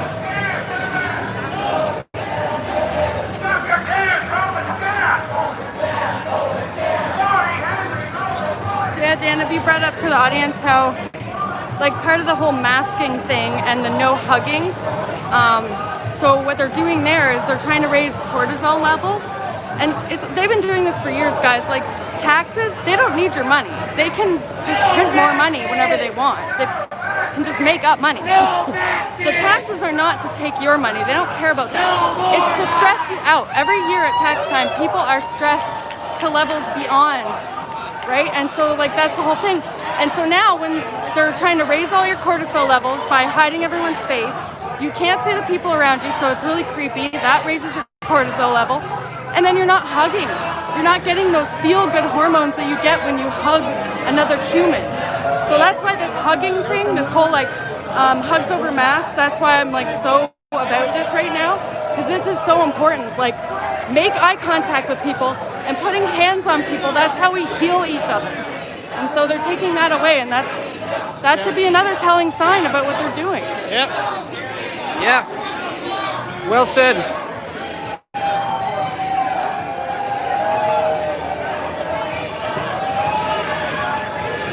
So we're currently at the intersection of Burrard and Robson. This guy's liking it.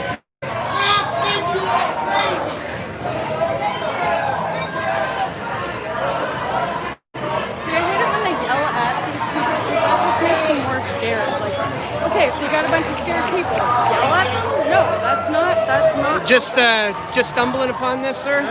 Nice. Oh yeah, where are you from? Right on. They do this every Sunday. Art gallery, noon to 4. Take care.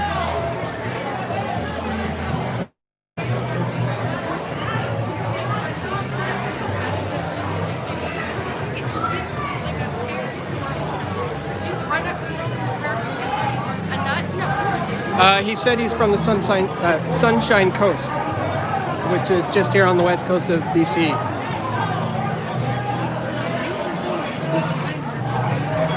All right, we're almost back at the art gallery. Just march with a smile.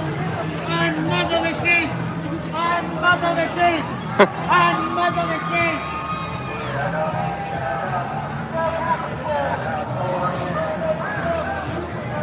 Somebody says Rebel Media should be here. They are. I've seen a reporter from Rebel here. I don't know if they're live, probably not, so just stay tuned for their coverage.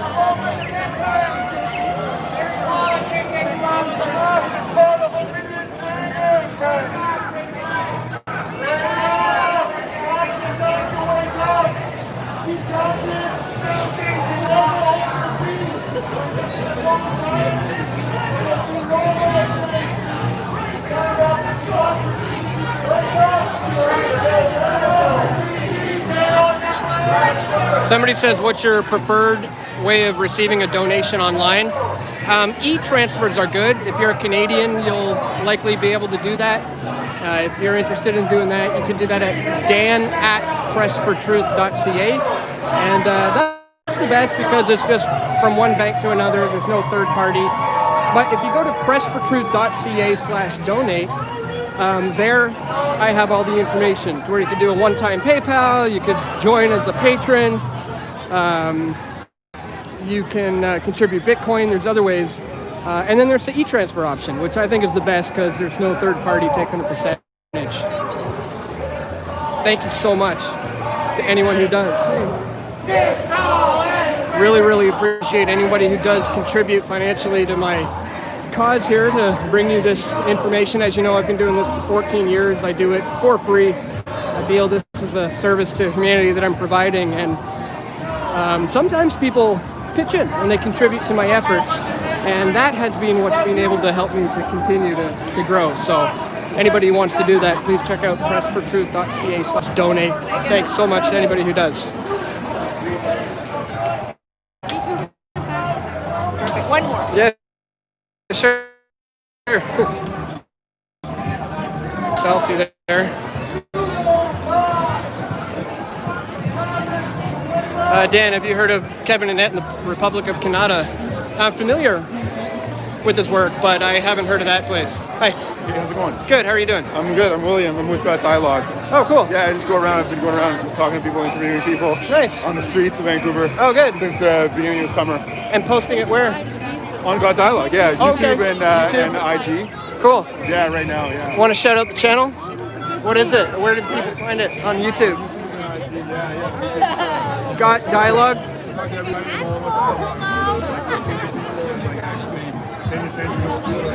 Yeah. Awesome.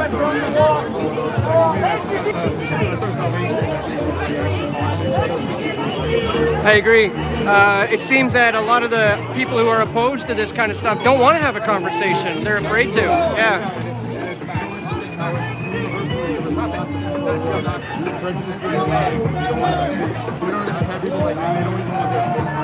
Yeah. Here is the virus. Yeah. Here is the virus. Yeah. Yeah. Yeah. Right. And now you add a mask into the mix, and you can't even see if somebody's giving a little smirk. Yeah, exactly. And that's going to affect the conversation, right? Yeah. Yeah. Yeah. So it's such a scary time. I lost my job because I refused to impose a mask mandate on my staff team. Oh, very I was good. working with autism.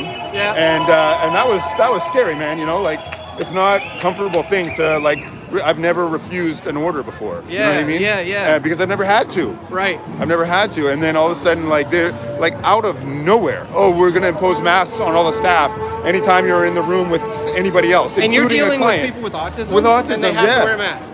No, they don't have to wear a mask. Okay. The staff have to wear a mask. Staff have to. But that's since I left, because I still have like sources of information that they're having lots of incidents and like, which makes sense. Like autism, like especially my clients, they were aggressive, right? Yeah. So, but on top, I literally wrote a 3-page letter to my employer, imploring them to change their position. I wasn't even refusing yet. Right. I was just like, yo, these are all the points about the damage you're about to do to everybody. Right. Please change your mind.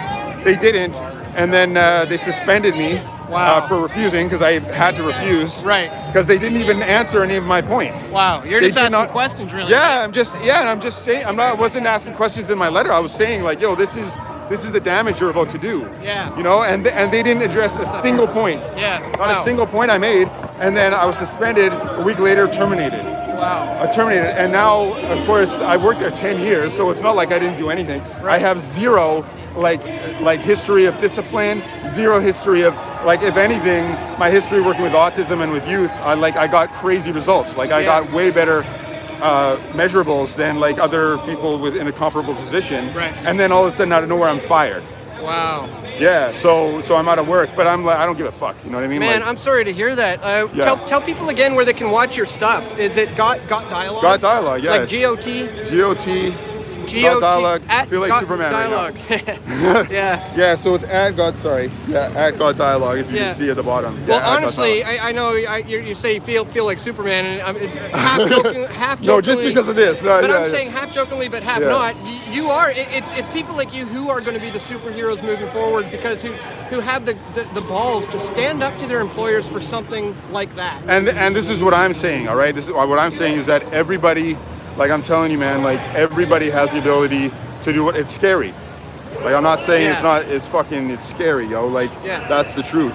But it's like that's what after I did it, I was like, I felt so much stronger. Yeah. It was like this spirit came into me. Because you did the right thing. Yeah, I did the right thing, and I've committed to doing the right thing. That's like when I'm afraid. Let me tell you something else. When I'm afraid of something, it's like I almost want to be more afraid, because the lesson that you learn going through the fear is proportionate to the amount of fear. Right.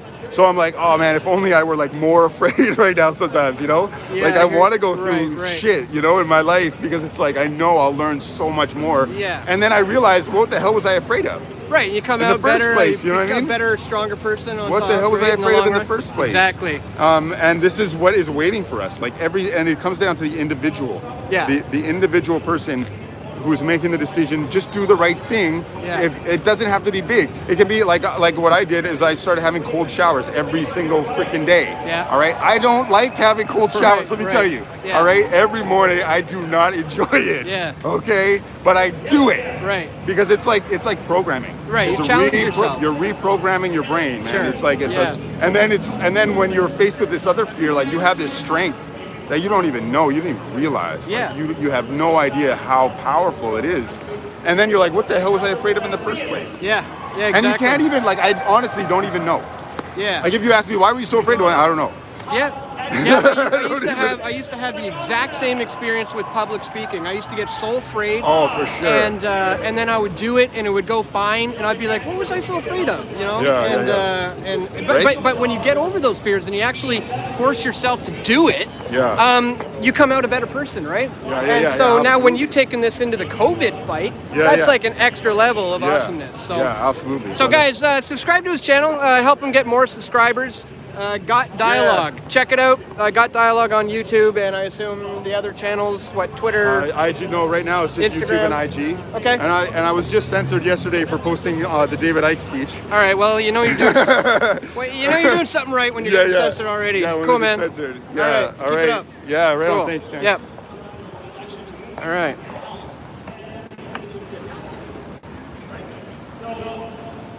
I'm meeting a lot of great, interesting people here. Like I said in my speech, really, is that I come to these rallies now just so I can be around these like-minded people who who think like I do, you know, and then we can start to network with one another. I've exchanged a lot of information with a lot of people. People are sticking their business cards in my pocket. It's been great, really good networking. So this is Vlad from Hugs Over Masks. Let's have a listen to what he has to say.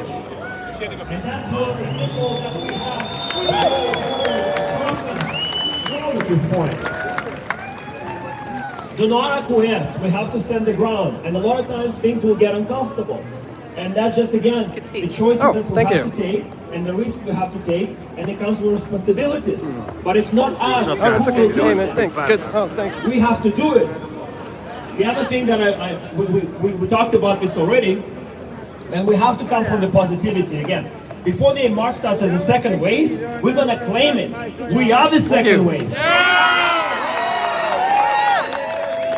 We are the second wave of the civil rights movement. The parallels are uncanny if you think about the civil rights movements in the 60s, in the South, in the States, right? When you have segregation, where people could not come together. You know, you can drink from the same fountain of water. The water fountain has been shut down because of this COVID anyway, right?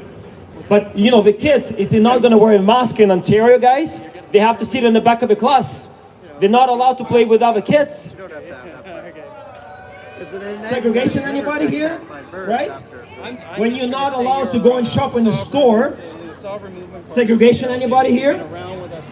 Again, understand, doing the outside pickup BS is still discrimination. Just like review it and then think about it. Do not allow the businesses to dictate your right in this province especially. Please understand, you have no mandates except for the transit link from the government and the ferries, because ferries falls under the Transport Canada. We're going to talk about that. But what I'm trying to get to, you guys, understand, in BC, you don't have any mandates at all. In Ontario they do, in Quebec they do, at the municipal level, now at the provincial level. But that's something that we have to understand, that you guys all have to stand the ground. And you have to talk to other people and educate them about that. That you don't have to wear the mask. All you do is say, I'm exempt, if you have to. Otherwise, just say, no, I'm not going to wear it. And the businesses say that, oh, it's a private business, I can make my rules. No, no. If your business is open to public, you have to accommodate the public access. Right on. 7 new subscribers for that guy. That's the difference. Keep it going. He seems like a good dude. And when they try to tie things up together, you know, no shoes, no shirts, no service. No, that's different. That's decency. And this is my civil right, to come in here and shop, because this business is open to public. Yes or yes? I'm not going to take a lot of time because I want to bring someone truly inspirational for me, and I'm going to share my slot of time here. Talking about the universe and being here by design. And the word design can actually stand for divine sign. And I heard that saying from this true human of such a spirit and light, and it's a great pleasure and privilege for me to bring on stage one of their original Hawk Squad members, Paul. Come on. Give it up for Paul, everybody.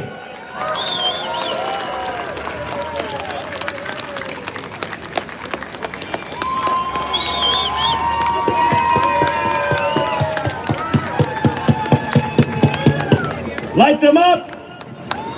Hello, Vancouver. Are you feeling the love in your heart right now? Well, let's give each other a hug. Let's give each other a hug or a handshake. Let your brother and sister feel your love right now. Hey.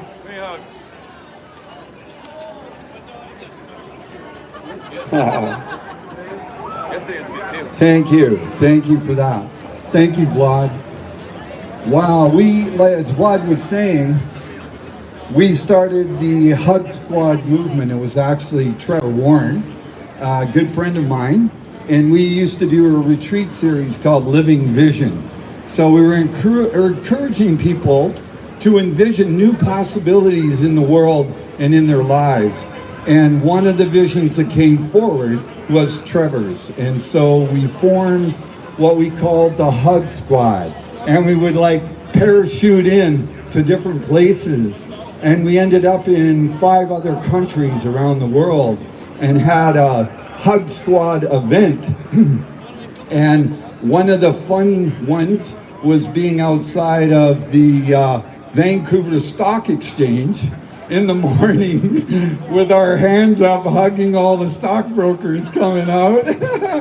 And, you know, it was really core to our hearts at the time that we saw so much isolation already starting 15 years ago in our societies, and we were getting a deep concern about how far we had separated already from each other. So that was the impetus to get back out and reconnect from the heart with each other and start doing that. And some of the stories I could share with you of people breaking down and crying. Even back then, they felt that lonely and that isolated. You know, and we were in the East Side. We had the Caravan of Love, and we were bringing clothes and things to the people in the East Side after New Year's when they really needed it, like socks and underwear and things like that. And one guy said, "Why are you here? And are you here to convert us to religion?" Not that there's anything wrong with religious experience. We said no. And then he said, "Well, are you with the government? Are you being paid to come here?" And we said no. And he said, "Why are you here then?" And we said, "Because we care." Oh, okay. I thought you were going in. And he broke down. He broke down in our arms and bawled his eyes out, right? And as we were walking on the march, there was this beautiful old fella standing beside the road, and he had his mask off, and he was smiling, and he was so happy to receive our love on that march, right? Thank you for that. We're making a difference. We're truly making a difference. And my heart too is very much involved in, I had a vaccine-related illness called Epstein-Barr, which I almost died from, and I battled for 5 years of my life with the medical profession not knowing what I was going through or could help me because they didn't recognize it. And thank you.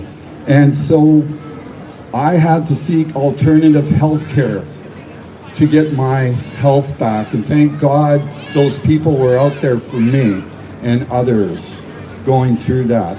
And meanwhile, my Auntie Nell in Scotland, they had a 4-year-old boy, my Uncle John, my Auntie Nell, and they were getting pressured to vaccine him. He was healthy. It was like Ted Kuntz's son. They vaccinated him. He was almost brain dead within months. And my Auntie Nell started a movement in Britain, and she got thousands of people together to put a petition together and take it to the High Court. And they won. They won.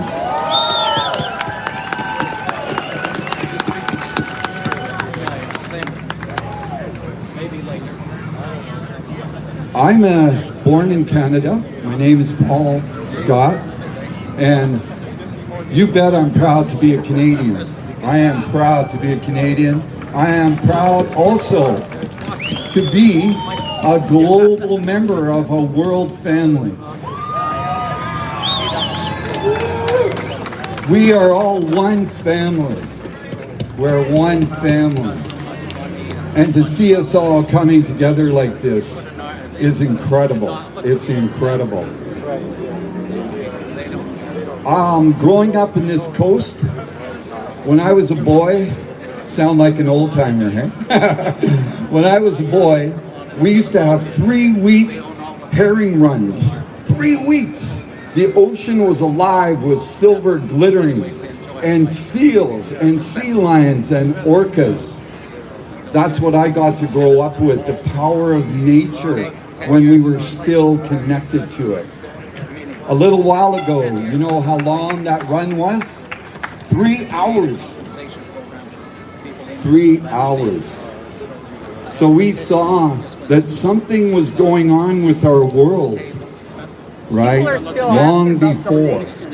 And we knew if something wasn't going to change and we weren't going to be a part of that change, we were heading down to a world where our young people will never experience that. I'll just collect Right. them so then they're fixed. We couldn't keep going, taking resources and giving nothing back, and continually worshiping consumerism and idolizing youth. 5 sheets now, probably. Yeah. We were forgetting who we are, and that was the real problem that we saw.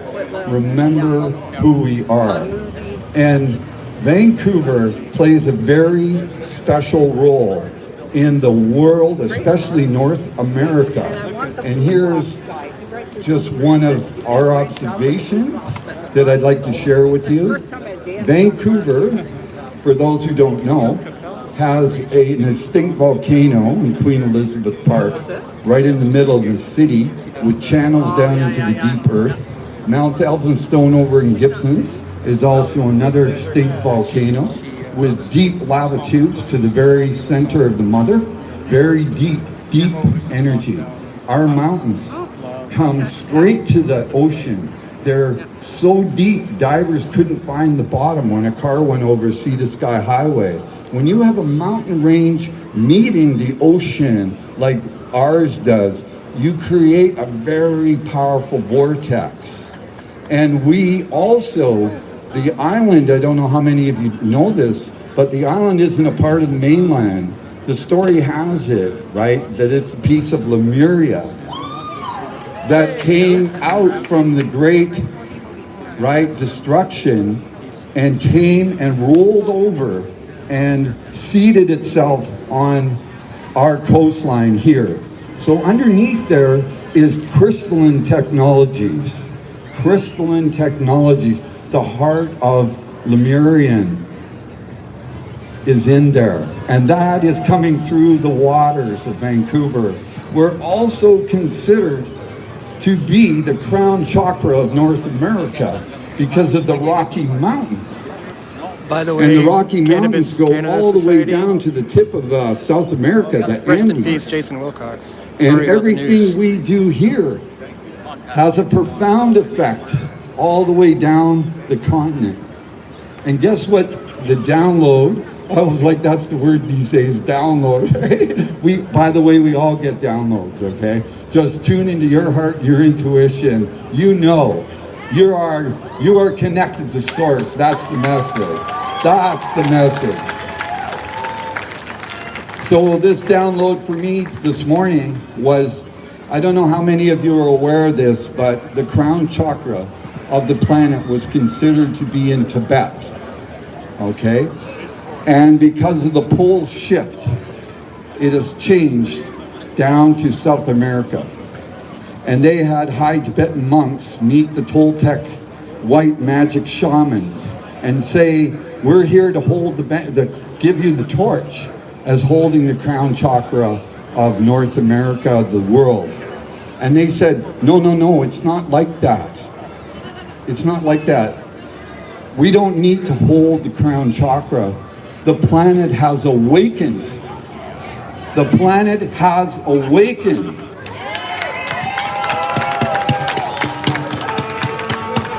I agree, Seth. And so that's the message I wanted to share with all of the family of light and love. And remember, we're all in this together. And how beautiful to have freedom of speech so these people could come this morning and have what they feel is their right to speech and talk and be accepted, you know? It's about accepting everybody's right to a free voice and holding our hearts in love for those people. It's okay for people to disagree with us, but we don't have to be disagreeable, right? Like hold the heart.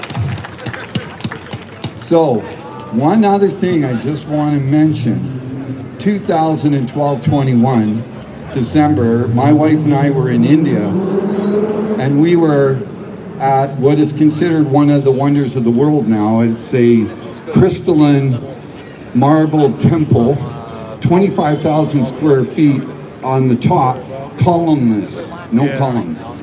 Built on Vedic technology and energy and ley lines, meridians, chakras, all the nadis were in that temple.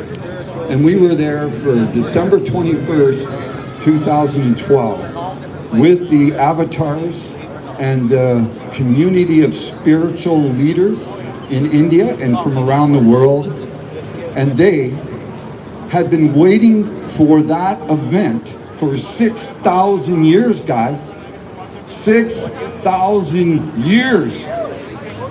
And if you study any of the mystery traditions, okay, any of the mystery traditions, Hopis, right, even as the Essenes, which Yeshua or Jesus was a part of, they too predicted this time. It's the only time in history where every tradition has been pointing to this one time of a mass consciousness awakening on our planet.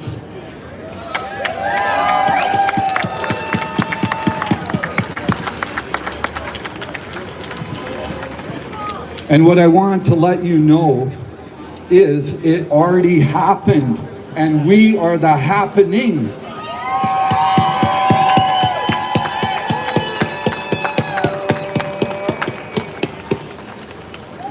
So our job is to just go with this flow.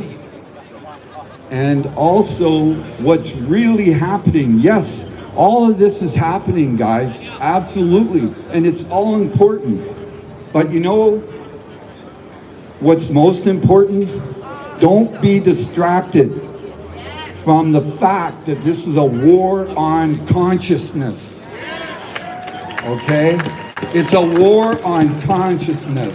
They do not want us to wake up, but it's too late, we're awake. I have ears for hearing and eyes for seeing, my friend.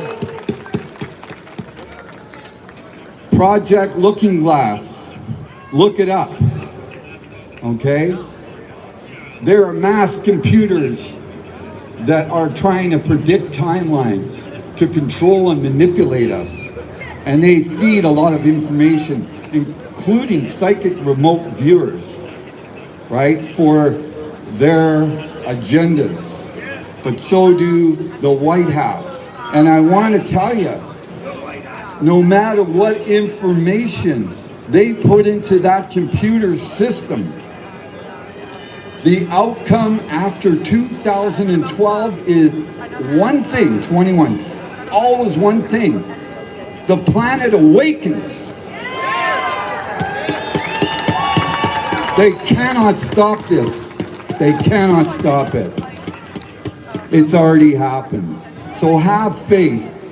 And for you young people, yes, it may get turbulent, but you know, the more we do our personal work, clear our core wounds, work with our lineages, right? Collective karma. People say to me, what do you think about what's happening in the world, Paul? And I say, well, what's happening with you, because you are the world. We are more powerful than we can ever believe imaginable.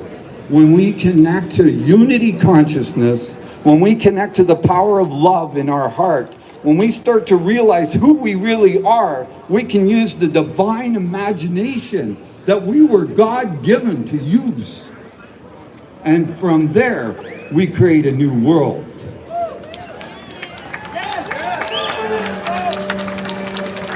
Buddha said, one of his sayings, what you think you become, what you feel you attract, what you will imagine you create. Know how powerful you are, know how loved you are, know that this is inevitable, it's already happened. And I love you all so much. Thank you all for being here. God bless. God bless. Give it up for Regional Hawk Master Paul Scott, everybody! Yeah, a little new agey for me, but all... This was amazing, guys. If you want to hear more of this, November 12th will be the Change with Hawk Squad Conference. Paul and Neil, amazing other speakers will be lined up. Stay tuned for all the details. Thank you, love you all. Stay healthy, Vancouver! Thank you so much, Paul and Vlad. A beautiful, inspirational speech. I just met Paul in the elevator yesterday. Didn't know what he was all about, but it's great to meet him. And he has great vision, great knowledge. So now we're going to have Odessa Orlowitz from Liberty Talk. You probably know about her, the hottest channel out there. So we're going to have her come in, and we're going to have a little musical interlude as well. So, okay, I'll let you take it away, okay? You know the agenda. Go ahead. Hi, guys. So I'm Odessa from Liberty Talk Canada, and when I found out they were going to try to mandate vaccines, I said, no, you're not, because I will make sure that they do not. And ever since, I've been making their life hell. I don't plan on stopping. And I started coming to the marches when they were small, and ever since, I was like, how else can I be loud? And I started my tacky little YouTube channel at the dining room table. And I started with Victor Prost in the beginning. And so here I am. And today, I didn't want to do the same thing as my show, where all I do is expose corruption, swear, laugh, cry, become spiritual, swear some more, unorganized, got a headache, bad hair. So I'm just like, you know, I don't want to do the same thing I do in my episodes, because all I do is expose corruption. If you don't know my channel, Liberty Talk Canada, and if you're all kicked off of Facebook, come to libertynetwork.ca, because there's like 5,000 of us now, and it's growing, hundreds and hundreds of days, hundreds and hundreds of people a day joining, and that's where we have fun. So if you're feeling alone in the world, come to libertynetwork.ca. We have a group called the Inner Circle, and that's if you want to take action. So there's about 100 and something people in it, but about 10 people are really doing action. We're organizing things we can do across the country, get these statistics on the right people's desks. So we are taking action, and it's a place where all of the marches that are across the country, you find out where they are. Anyways, so I was gonna do a speech, and then yesterday Laura Lynn did it. So I'm like, oh, I guess I'm not doing that speech. And I thought, what do I want to say? And then, you know, the path is interesting. So I picked up a piece of God on the way yesterday, and I couldn't get over it. So I asked that piece of God to come here and do my speech for me. And that's Steve Richardson, and he's going to do the speech for me.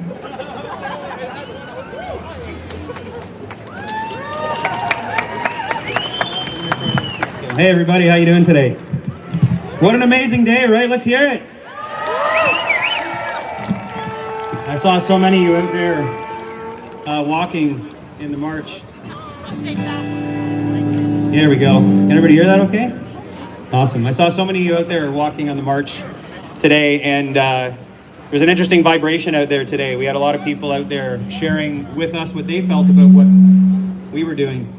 And I thought that was great, because in some way it at least starts a conversation. And I'm going to share a song with you now that to me represents hope.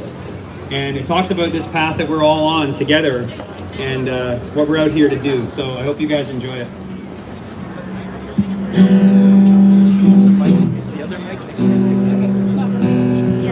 Everybody hear that all right? Good?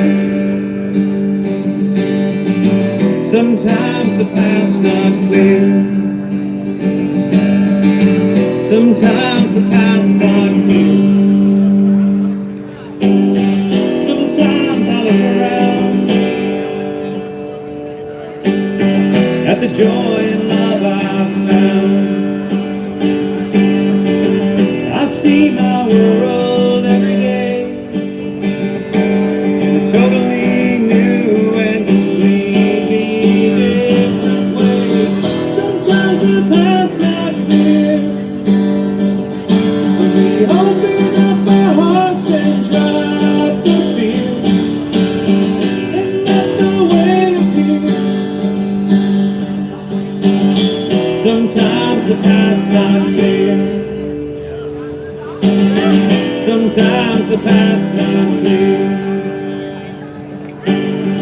When I look inside my heart, let me tell you my favorite part.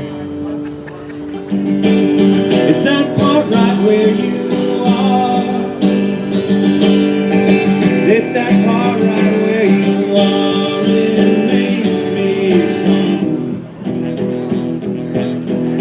It makes me brave. It makes me strong. It makes me brave. One more thing I've got to say.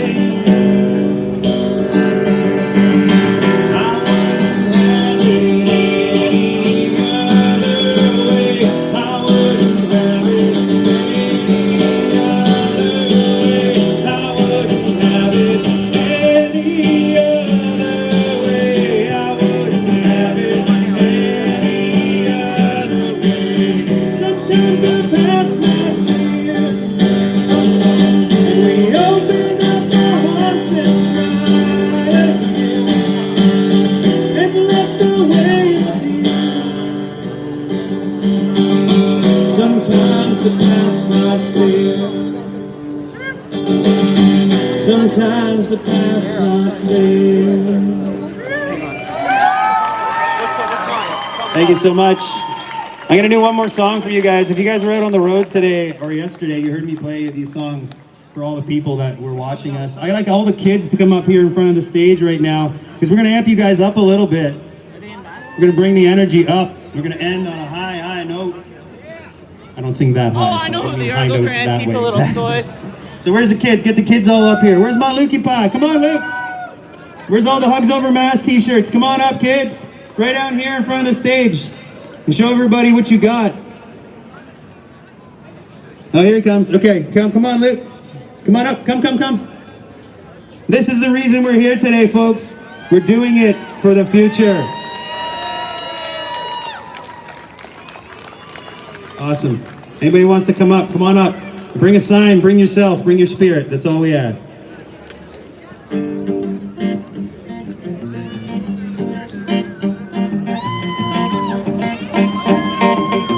This song's called Freedom.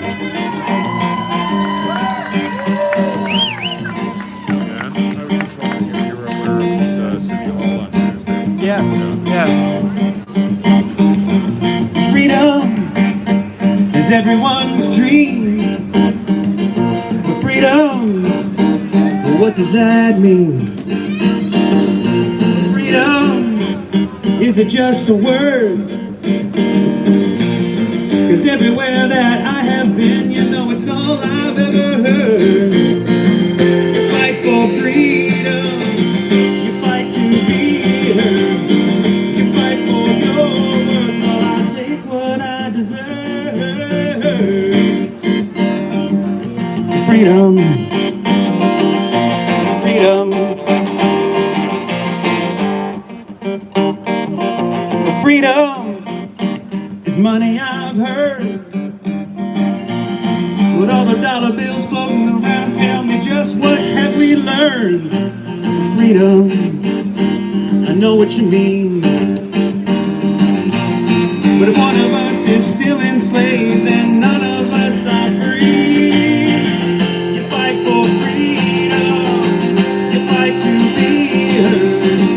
You fight for your worth, while I take what I deserve. Freedom, freedom. All right, I know you guys have all got voices. I know you just want to shout it out. I can feel it in you. I can feel it from you. So we're going to do this together. Is everybody ready? F-R-E-E-D-O-M. F-R-E-E-D-O-M. F-R-E-E-D-O-M. Come on, I can't hear you. Here we go. F-R-E-E-D-O-M. F-R-E-E-D-O-M. F-R-E-E-D-O-M. And what does that spell? Freedom! You fight for freedom. You fight to be heard. You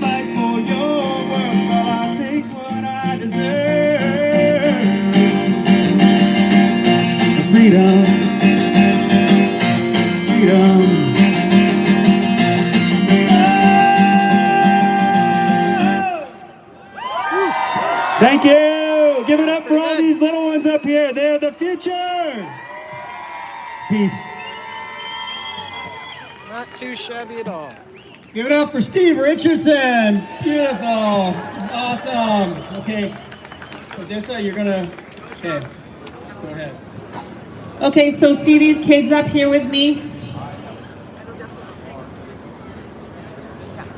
They're the reason I'm doing this. Sorry, I'm just tired and... No.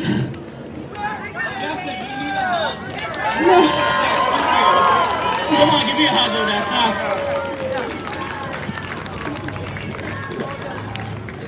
When my family disowned me for doing this, just before they did, I said, I'm not doing this for me.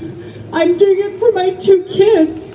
And I can't believe that you won't do it for them either.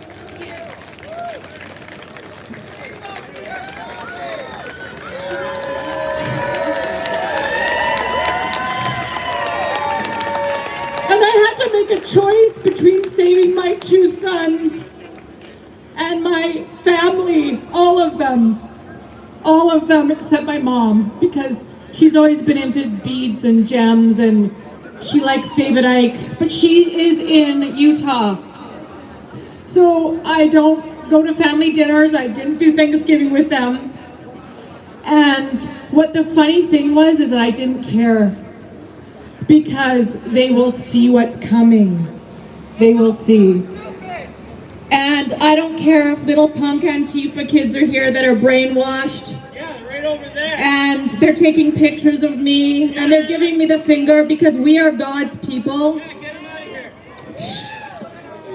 here. We are God's people, and we love all races and all sexualities. And you can lie to everybody and say that we're racist and we're homophobe. I have 4 gay men in my family. I worked for Disney as a dancer. All my best friends are gay. I had a black boyfriend for a year. I had a Chinese boyfriend for 5 years, and I wanted to marry him, but he broke up with me. And anything the news says, or these little punks who are brainwashed and they want to see you masked, they want to see every one of these kids masked for the rest of their life. They want to convert our children into non-sexual beings. They want communism. They want FEMA camps. And they don't understand that these punks half our age, we are saving their children.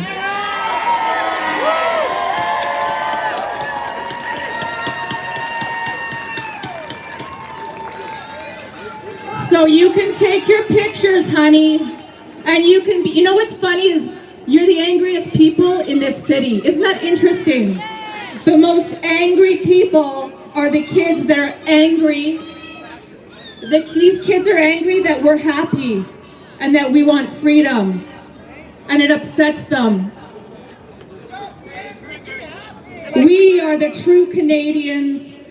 My grandfather died to keep us away from people like that.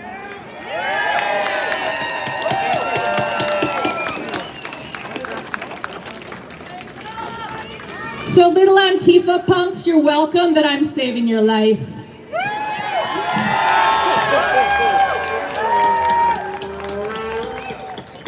So, don't screw with Mama Bear, Antifa.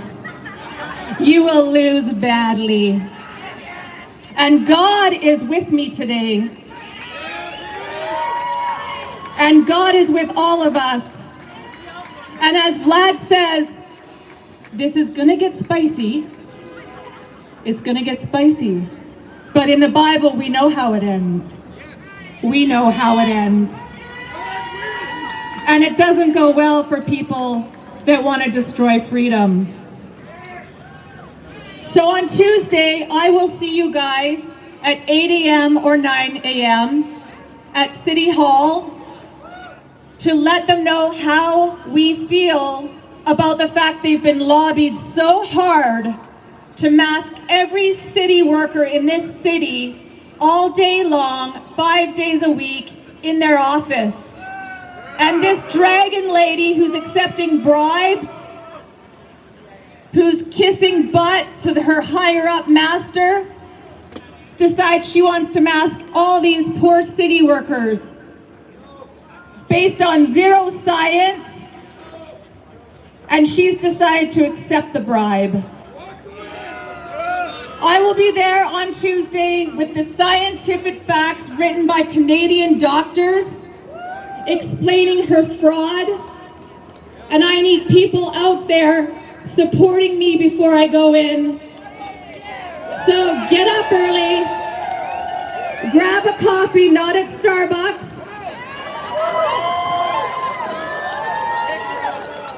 and come with your signs that tout science over Satan. I'll see you on Tuesday at City Hall, bright and shiny, at 8 a.m. or 9 or 9:30, but 8's the best. Okay, just come by 9. But if you're late, even later is fine. Just get there.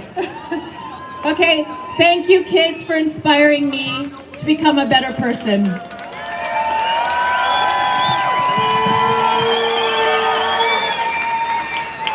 Give it up for Odessa Orlowitz, Liberty Talk.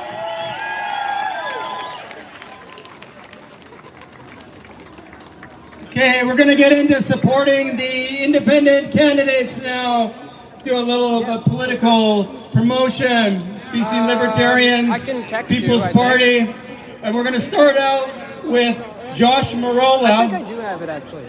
Yeah. He worked with the People's Party to formulate their anti-globalist, anti-communist platform. So he has some good insight towards that. Plus he worked with the Conservative Party, which he was totally basically nauseated with. So anyway, he's going to share his experience with us, his visions. He's got some great ideas.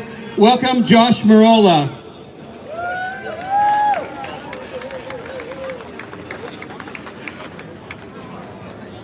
Hello everyone, thanks for coming today and sticking around after the wonderful march we had. My name's Joshua Marola. I'm a regular person. I'm a regular person just like you. I just want to share with you some of my thoughts that's been going on in Canada. I have some prepared remarks, but I'm just going to start out quickly saying we are facing communism and we are facing fascism. The definition of it is central control by the government over all the affairs of a country. Justin Trudeau, through the UN agenda, has decided that we are going to be farming more vegetable protein and all kinds of things like that, getting rid of real meat, getting rid of everything. These are new things coming in. Getting rid of our economic powerhouse, our oil sands, our development, all that kinds of stuff. So this is all central planning. They're using Parliament to dictate to us what we can and cannot do. And it's a diversion, and it's false, and we need to understand and we need to see what's coming.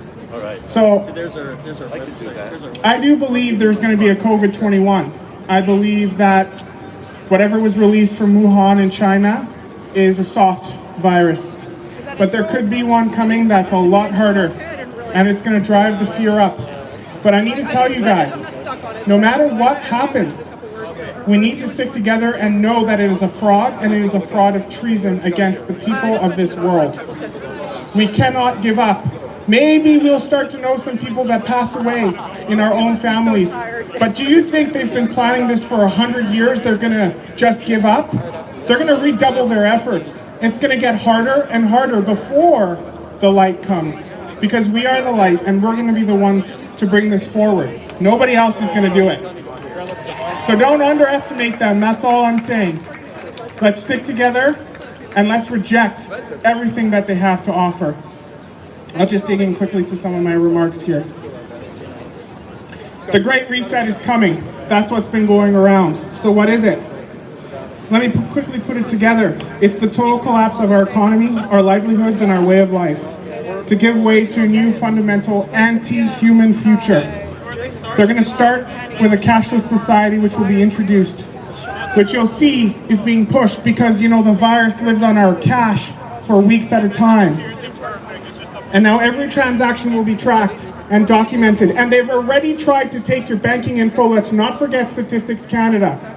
They wanted to download all your banking info a year and a half ago, and they pulled out. Statistics Canada said it was to track how we spend our money in Canada. They were going to have all of your banking information. This is all out there. This is no lies. This is no conspiracy theories. So this is what they want. Cashless society. The vaccine plays a huge role because it's the first DNA RNA vaccine ever produced. And it's going to instruct your own body's DNA to start replicating itself, because this is what they say will create an immunity against this virus. But what's inside? That's the most troubling part: nanotechnology and DNA replication. According to the current laws in Canada and around the world, copyright and intellectual laws, this is the exact same process they use for GMO foods. So you could be owned by a pharmaceutical company if you take that vaccine, and kid me not, it's called luciferase. So reject the vaccine. Yeah. This nanotechnology that they're planning in the vaccine, this is where the 5G grid comes in.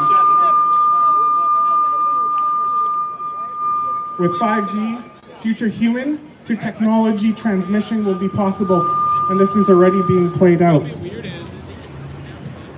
Elon Musk is developing something called Neuralink. I don't know if you know what that's about. Well, it's going to hook your brain up to the network, 5G. He's also launching 40,000 satellites at a time up in space. I don't know if you've seen them, but it's called the Prison Planet. Everything is tracking you and recording you. Google Home, your cell phone, Alexa, and next, the driverless future. The car you won't be able to control, connected to the grid. The car that will tell you where you can go and can't go. This is what's coming. Artificial food. So the agenda and the globalist agenda have been in work for a very long time.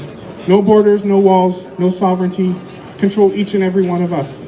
And if we don't comply, they'll take away the government-controlled benefits. What benefits do you say that is? After the economy collapses, they're going to offer you to pay off all your debts.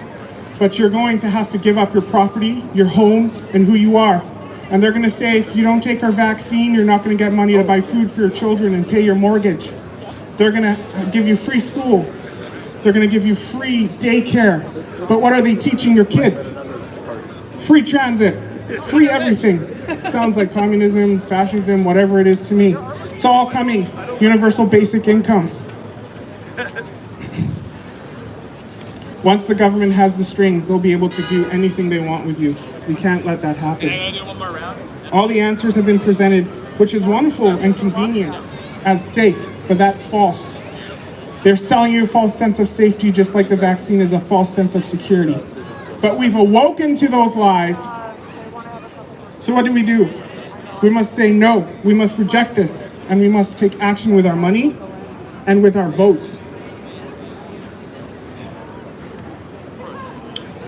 So we must reject the UN agenda, and we must use cash more than ever before. That's what I've got. Cash, baby, cash. We must reject the total robotic takeover of our future. I ain't buying a self-driving cars. Why, when you buy a Mercedes, do all those high-end technology things don't come standard, but a Honda comes standard with it? Because wealthy people get to opt out if you want. So I guess I might have to buy a low-end Mercedes so I don't get all the self-driving aids in there. I'm not against it. I think automatic braking is great, but not self-driving. These cars will be hooked up, and they're going to trot all over us. So how do we stop it? We must stop acquiescing. We must stop giving those people control over us. And to be clear, I'm not talking about conspiracy theories. I'm exposing conspiracies against us. Fear has sped up our bondage into slavery and given power to the few. But power is only given by we the people. And we must take it back. Our lethargy and apathy is over. No more. It ends now. Government is not God. Our liberty is inalienable. Do you know what that means? It means it was given to us by God. and it is the supreme, and it is recognized in our Constitution. Inalienable freedom and rights. Without God, it means that freedom is granted to us by those in power, and that means they can take it away whenever they want. But because our liberty and our freedom is inalienable and derived from God, our freedom is ours and ours forever, and no one and no government can ever take it from us. So let's stop looking up to heroes. That's what Hollywood's programmed us. A big hero is going to come in the sky. You know, Trump, he's a good hero, but he needs help. He's not getting any. He's fighting hard. We need to stop looking at career politicians who's only brought us tyranny and fascism. So we must rise to the occasion, and I'm asking you to rise and be leaders, all of you, young people, regular people, old people, everyone. Be leaders in your communities, your families, and hopefully run for office. Seriously, take that dive. I encourage you all to support Patriots for Office. All these candidates in the Libertarian Party, the BC Conservatives, not the Conservative Party of Canada, the BC Conservatives, and independents, you need to support them. Running a campaign is hard. It's tireless. People need volunteers, and I'm sorry to say, they need money too. So volunteer. This is how we change things, by rising up to the occasion. Let us restore our freedom and usher in new prosperity, not the false prosperity that they're selling us. I'm almost done. All of us must reclaim our humanity, our culture, and our history. It is of utmost importance. Don't be silenced and ashamed to be proud that our ancestors ushered in the greatest Western democracies the world has ever seen. Something that has never happened before in human history, the freedom that we now have. Let's not surrender to tyranny now. My grandfather was blown out of a tank fighting on the African front by Rommel. And he laid in the mud for 3 days, shell-shocked. When they finally found him, he was barely alive. He was given the highest order of South Africa. You know, critical race theory? I know all about that stuff. It's in my lineage. It's from South Africa. I will not forget what my freedom means and what freedom means to us. Let us come together now for our future today. Thank you very much. Give it up for Mr. Speaker. Hello, Vancouver. Okay, talking about making a difference and making a change and being the one that you can do that with. We have elections as we have, and Marcella is one of those amazing individuals, Marcella Williams, who's running as independent.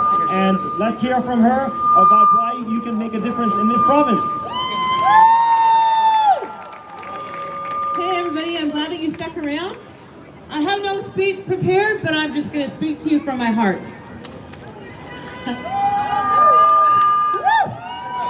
I am a freedom fighter. My name Marcella means warrior. I am here to fight for the voice of the people in this province. I grew up in foster care. I was removed under the 60s scoop. I am educated. I am First Nation. I stand before you as somebody who is coming in to make a difference. We've all come from different places, we've all had different values in our life, and we all have something to give. And I'm here to do that. I have a passion and a heart for the people in my province and my country. I have a heart for First Nation people. And here I am. How did I get here? I'm here. Thanks, lads. There was a letter that came out on Friday, and I read it. And it upset me because it's the same one that people have talked about here today, from the Labour District of Vancouver, something like that. Calling us down, saying we are violent. Has anybody caused destruction? Have any fights broken out here? Right? You know, I'm looking out here at the crowd of people, and I see people from every nation, every religion, and you know what I also see? Unity. Unity. When we are unified, we can fight. When we are divided, there is no fight. And that's what they've been trying to do to us.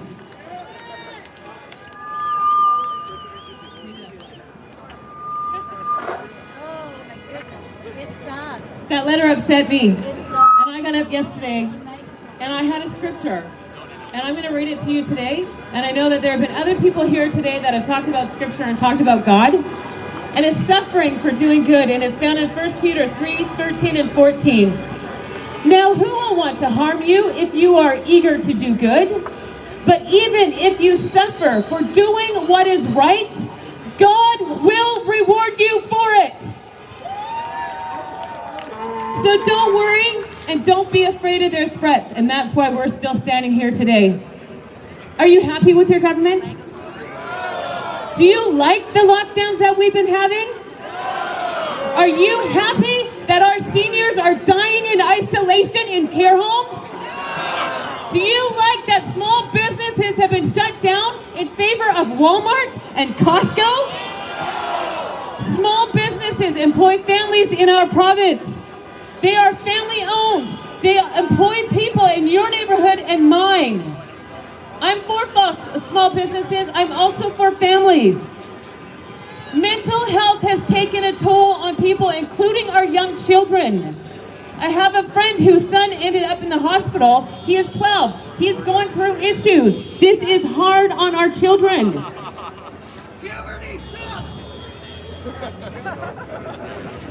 Anyway, I just want to implore you. I'm not happy with the way things are going in our province either. I shut Bonnie off 2 weeks into all of this pandemic. I've seen the suicide rates. I've seen the statistics.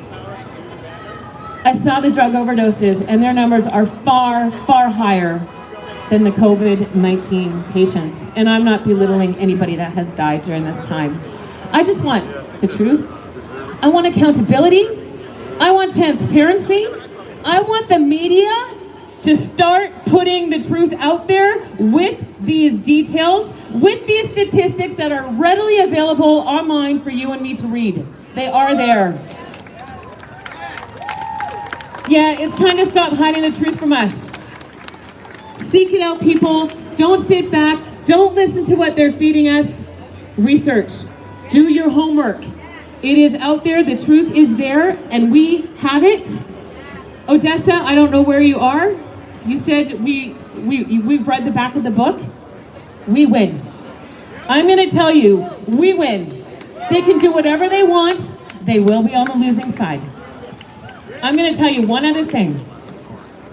We have an election coming up, and there are people here today that are standing for you and me, for freedoms and rights. We're here for families. We're here for businesses. We're here for health and many issues that they have spoken about. But you, the people, have that power. It comes when you go to the poll and you check independent, libertarian, Laura Lynn, Christian Heritage Party. Don't give those big parties the vote. Your vote for an independent is not a wasted vote. It is a vote for you. It is a vote for the voice of the people in this province. On October 24th, when you vote, choose right, choose independent. Vote for me, Marcella Williams. I'd like to welcome another independent. Fabulous man, the creator of my t-shirt. People, here we have another one, Sam Cobalt. Thank you, Marcella. My name is Sam Cobalt, and I have an exemption.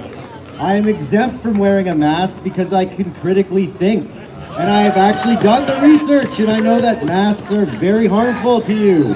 That all of you wearing masks should do your research too. Here's the website, themodelhealthshow.com/maskfacts. There's an easy one to remember. Another is questioningcovid.com. So there's lots of resources out there for you to learn on your own instead of just go along with the flow with everyone else. They'll just go on the trend, whatever the trend is, and not think. Most people go through life like in autopilot. They don't ever think for themselves. they don't ever question the way that things have been going. And so I've been awake for 14 years now. I'm 35. That's a long time. The majority of my adult life, I've been critically thinking, researching everything that I can to find the truth, get to the truth of everything. And what I found is, like, most people don't want the truth. They want to believe what they want to believe and disregard the truth and not look into your evidence, no matter how rock solid it is. And so I found a lot of truths in that time that I really feel obligated to share, and why I'm running as an independent candidate in the Surrey-Guildford riding. So my flyers are back there on the table if you want one, but we need lots of help. But aside from that, because all I have is my mother helping me right now, and maybe one more volunteer on Monday, but we need people to help us, get us votes, get us out there in the community. Like, we might not make an impact that way, but at least you can vote in your own way. Anyways, so I've learned a lot of things this year. I've attended over 20 protests this year, and the main thing that I've learned is that viruses are not transmissible or pathogenic. They're at the site of disease, but are not the cause of disease and never have been. So for that, I highly recommend reading the book, What Really Makes You Ill, looking to the work of Dr. Thomas Cowan, Dr. Andrew Kaufman, who else? The late David Crow. And so all these people have really exposed all the instances throughout history of how viruses have never actually caused infection, and that germ theory is a lie. It's a lie, and all of Western medicine is based off of germ theory. The reality is that terrain theory is the far superior theory that really shows you how your body truly works. What you put into and onto your body is a reflection of your health. So carbohydrates make you sick and fat, and our society is built on that. Our society, like vaccines, are completely obsolete if germ theory is a lie. You cannot put something into a sick person to make them healthy. You cannot inject someone with poison, which are documented ingredients of vaccines, that will hurt you. So all vaccines, no matter what they are extremely harmful. And for that, I recommend the book Dissolving Illusions, or the other book, The Poison Needle. And also What Really Makes You Ill. And they really expose how they've always been snake oil in a needle, and it bypasses your immune system to make you sick. So that's a massive lie. So my 3 favorite books to really completely change your life would be What Really Makes You Ill, Let Justice Be Done at letjusticebedone.com. It's all about sovereignty. And then the third one is The Rise and Fall of the Piston Engine. And all these books can be found for free or online. So The Rise and Fall of the Piston Engine really talks about how oil is a giant monopoly and cartel that has taken over the world, and we can be on far superior engines and fuels than what we are currently running on. And that petroleum is really the bottom of the barrel of what's available, but because it's so plentiful and cheap, they get to exploit it and sell it to us like diamonds. So anyways, I've uncovered a lot of these things. So sovereignty is the next important thing. You may believe yourself to be a free citizen of Canada, but a citizen is actually an employee of the government. You actually belong to the corporation of the Crown, which is owned by the Vatican. So you're not even truly free, even though you think you are. Until you've asserted your sovereignty and reclaimed your title, you are not free. You think you are, but you are actually subject to the 2012 forced vaccine law that the BC government has instituted. Since 2012, they can force medicate and vaccinate you if they decide that that is in your best interest. And of course, it would be in any case. So you really need to learn about sovereignty and what that truly means in your life. And there's many groups that are working to have a new constitution, such as Sovereigns United or Unify the People. Anyways, there's so much that you don't know that you really should be aware of, and so I want to encourage you to critically think and understand the bystander effect.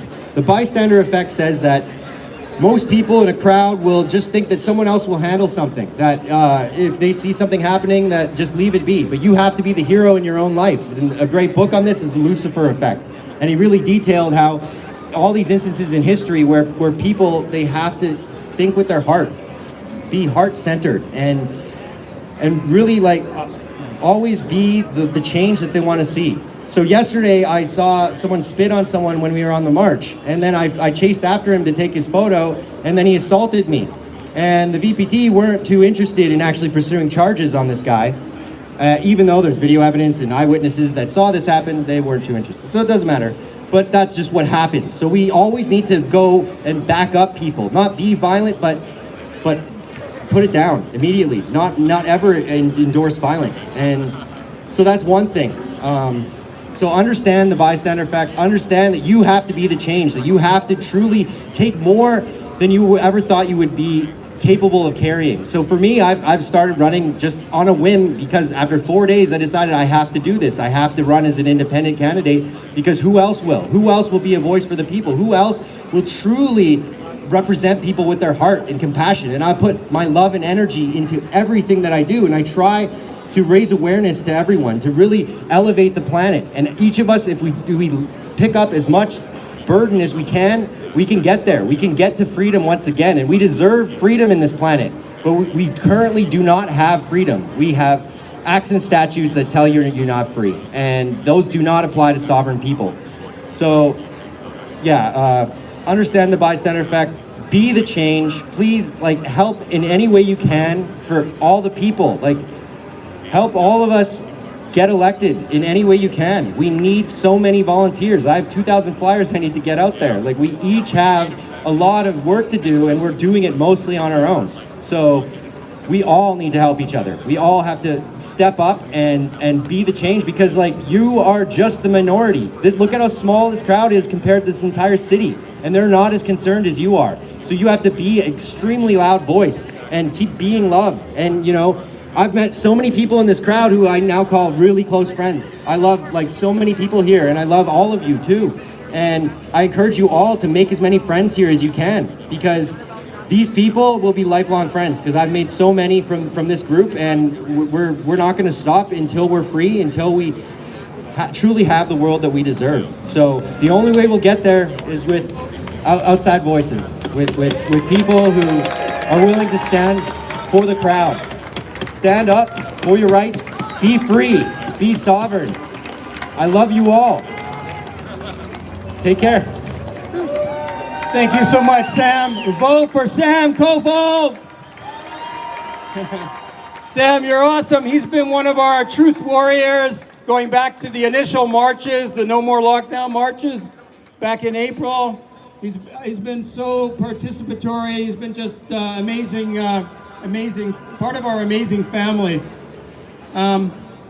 Next we're going to have Maria. And Maria, she adds so much to our group. She's part of our No New Normal group that organizes events every Sunday here at the Art Gallery between 1 and 3. Can't say enough about her. She set up our webpage. If you ever want to see a webpage that is so informative on all this stuff, all the information you need about all the topics, check out nonewnormalbc.com. It's an amazing resource, and Maria is responsible for that. She's also takes care of the sound. She commits every week to our meetings and various other things. She's just a tremendous resource. And so and she's a great speaker too. Speaks every week at our events. So I'd like to bring her up here to talk to you right now.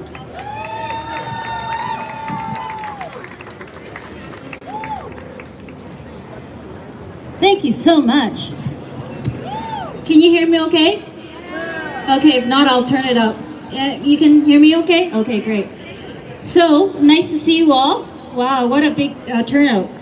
So we're almost 8 months into the pandemic, and the state of emergency has been extended again, right? So I'm just going to talk a little bit about PCR tests because, they're ramping up the testing, and, we need to know. So Carrie Mullis, the inventor of the PCR test in 1984, has clearly indicated that the PCR test does not test for the virus or for infectious disease, right? Beware of false positives. Dr. Michael Yeadon, a former chief scientist of Pfizer, has stated that most, if not all, of the PCR tests result in false positives, 50 to 90%, due to high cycle thresholds, okay? There's no science to suggest a second wave should happen, he says. He further stated that false positive results from unreliable COVID tests are being used to manufacture a second wave based on new cases. He said, given the number of hospitalizations, ICU utilization, and deaths, the pandemic is fundamentally over. Yes, great news. An Oxford professor, Dr. Carl Hennigan, stated that a PCR test does not equal COVID-19. High positive rates are due to high cycle thresholds, and that testing should not be done at more than 25 cycles, okay? Yet according to the Journal of Virology, Ontario tests are testing samples at 38 to 45 cycles. Guess what it is in BC? Any guess? That's right, 40 cycles, good answer. Now, why are there flaws in the PCR tests? According to Dr. Andrew Kaufman, the entire virus, the complete genetic sequence, has not been isolated. All positives are meaningless. What they are reading are fragments of other coronavirus DNA, which include last year's flu vaccine. When he saw what was happening in China last December, he knew something was very, very wrong. Okay, he discovered that if he looked at the numbers, he could see right away the number of deaths is comparable to the regular seasonal flu. So he also looked at the scientific papers about the virus, and he was shocked at what he found. He discovered that despite widespread media and government claims of a virus causing disease, there was no proof. What the researchers did was extract some genes or pieces of genes from a couple of people, and they call this a virus. Now, how do you identify genes as being from a virus when the virus itself has never been discovered? Do you really need to test to tell us that someone has a deadly disease? And why are we testing healthy people? There is no gold standard, no error rate, no government approval, and no credible science. New cases is the wrong metric. New cases are the common cold, the head flu, other coronaviruses, in other words, a biological soup. So why is understanding the PCR test so important? Because it's the driving factor in the fear campaign that is being driven by mainstream media, by our health officer, and used by the government to justify the restrictions imposed on our lives. The New York Times recently examined COVID-19 testing data from New York, Massachusetts, and Nevada, and found that up to 90% of people testing positive carry barely any virus. So the PCR tests in the States are using 35 and 40 amplification cycles to identify the genetic material of the virus. So these figures can be manipulated easily. The number of amplification used in different countries dictates how many positive tests or new cases you will get. So guess what? Doctors around the world are speaking out, and they're calling the pandemic a world dictatorship with a sanitary excuse. Yeah, in Germany, over 2,000 doctors at a national press conference stated that the corona panic is a plague. It's a scam, a swindle. We are in the midst of a global crime.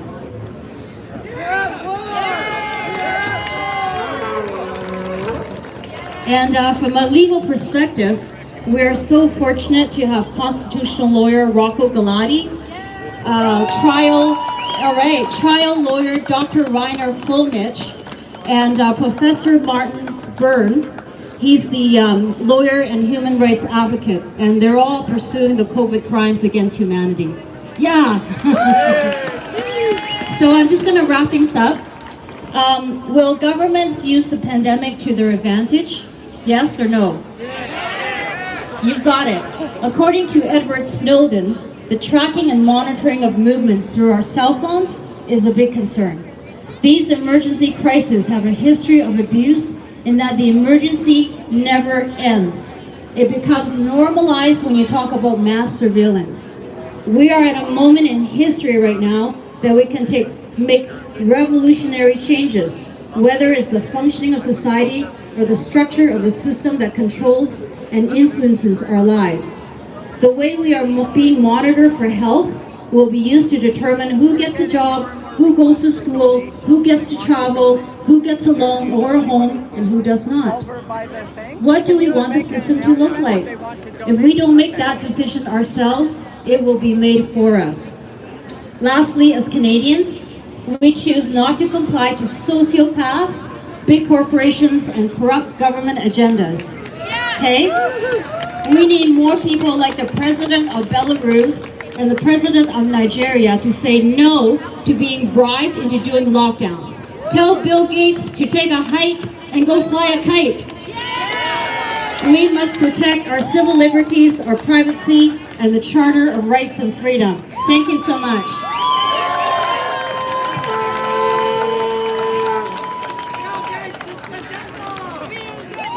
Where is Bill Gates gone anyway? Is he gone into hiding? I got a little resemblance of him here. I'm sure you can appreciate. It's a Halloween special. Just wanted to, on behalf of Tanya Gaw, I just wanted to thank everybody for their contributions. It's just been amazing today. Your charity is just unbelievable. Anybody who still can donate, you can go over to that side where it says, do you know anyone with COVID? No, you don't know anyone, right? But you can go over there and donate if you can, and it's really appreciative. You can also go online to donate as well. Oh, I know, yeah. Action for Canada. Next up.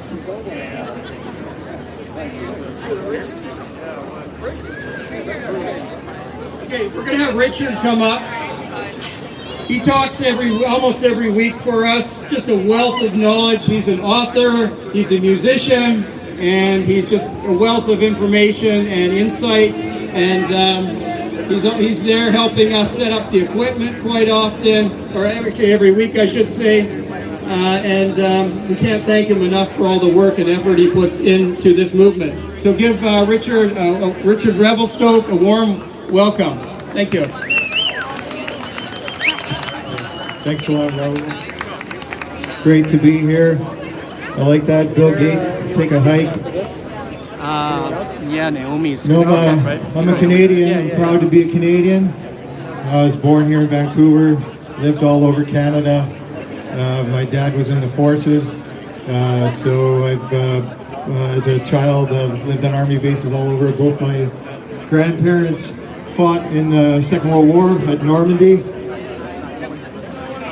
I think as a Canadian, it's painful to see what's happening not only to our country, to the world. This is unprecedented in human history. This has never happened. This is a whole new can of worms we got here. And we need an unprecedented response. Fortunately, we have a lot of very empowered people like Raul, Ryan, David Icke, all these people that are speaking here are self-empowered people that have their own websites, their own, Dan Dicks here's got his own independent journalism, because you know why there's guys like Dan Dicks here? It's because our media sucks. They're terrible, they're horrible. And so we need people to step up to the plate and give us some real media, some real truth that's happening. I want to talk a little bit about human rights. It's funny when you read an article or something and you start reading about something in it that makes you go look at something else, and then you find something you weren't even looking for. Well, in the last, since this whole pandemic thing started, I started looking at our human rights, and the Universal Declaration of Human Rights was actually authored by a Canadian, a guy named John Peters Humphrey, who was a legal scholar. And this document, it's a declaration, and it just meant that nations agreed to, look at it, not a binding contract, but it led to two documents that were ratified and signed in 1976 by 171 countries, including Canada.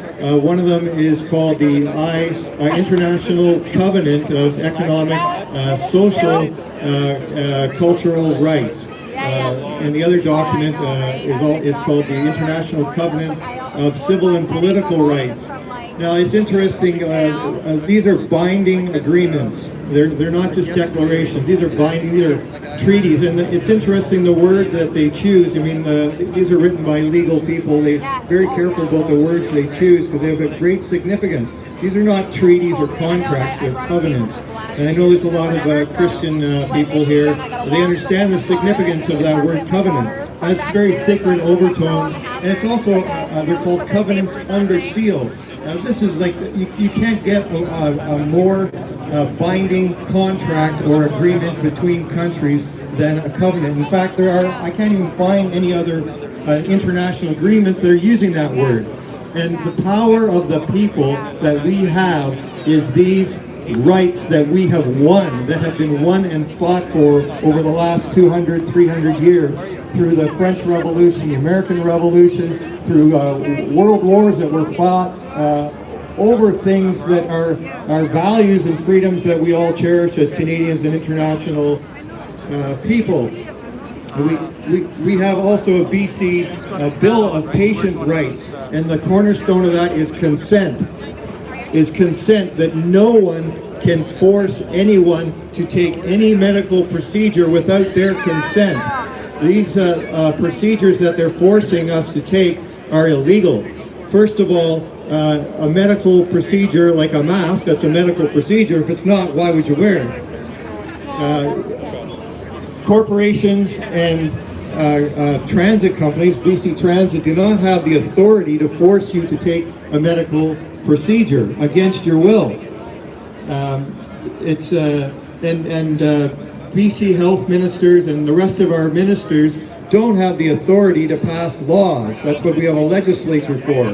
They do not have the authority to pass laws. So all this stuff is voluntary. It's up to you. And they cannot force us. Even putting sanctions against you is a form of force. It's all illegal. We have the right as Canadian citizens through our own charter of rights and through all these international agreements, the right to peaceful assembly. We have the right to travel, have mobility, to leave our countries when we want to and come back when we want to. We have the right to our opinions without interference from government or corporations or social media websites trying to restrict our freedoms. These things that they're doing, restricting people's opinions on Facebook, social media, are illegal. They're completely, utterly illegal. Everyone has the right to worship freely. Shutting down mosques, temples, churches, synagogues is against all of our fundamental rights and freedoms. Everyone has the right to freedom of opinion and expression, including the freedom to hold opinions without interference, to seek, receive, impart information, ideas through any media, regardless of the frontiers. So what I'd like to say is people's opinion. I know someone who thinks that the world is hollow and there's an ancient alien base lives inside the center of the world. Well, great. Does that hurt me? Does that hurt you if he thinks that?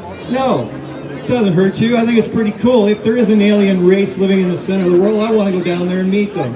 What about you?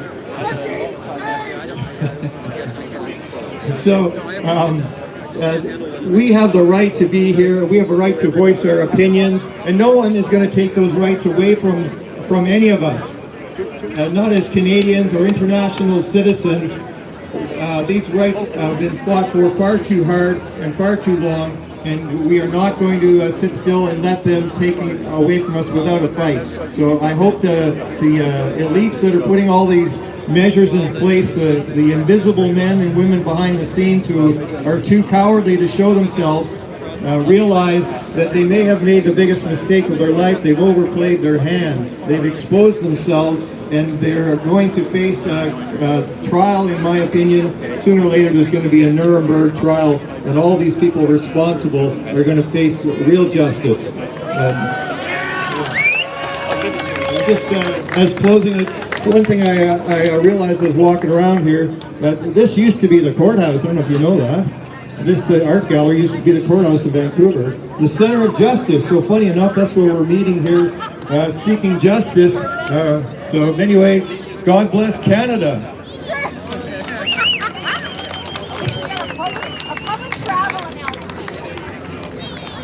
Thank you, Richard. Also, always a great wealth of knowledge. And Alicia here has a public announcement. So welcome, Alicia. She's been with us a long time and a great person in this movement. I like to be in the background, so you guys don't see me up here doing a lot of speeches. But you'll find me on Facebook, you'll find me with lives. I do a lot of research. This has nothing to do with what's going on right now, aside from one thing. There's a lovely lady that was on the BC ferries she wasn't able to go home yesterday. So I want to know if anybody is taking a ferry to Departure Bay to Nanaimo, if you can come and meet with me over here on the left, my left, your right, by the bicycles, because we'd really like to help this young lady get home. I don't want to see her here in Vancouver without a way to go back home after being with us for the weekend. So please, again, anybody who's going to be catching a ferry at some point to Departure Bay, Nanaimo, come and see me. I will be over here. Thank you.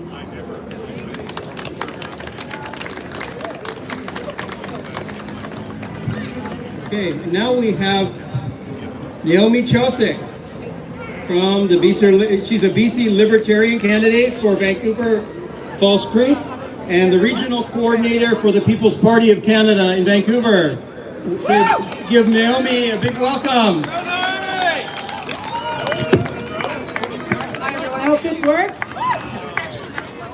Thank you for the warm welcome, and I want to first off send regrets for Maxime Bernier.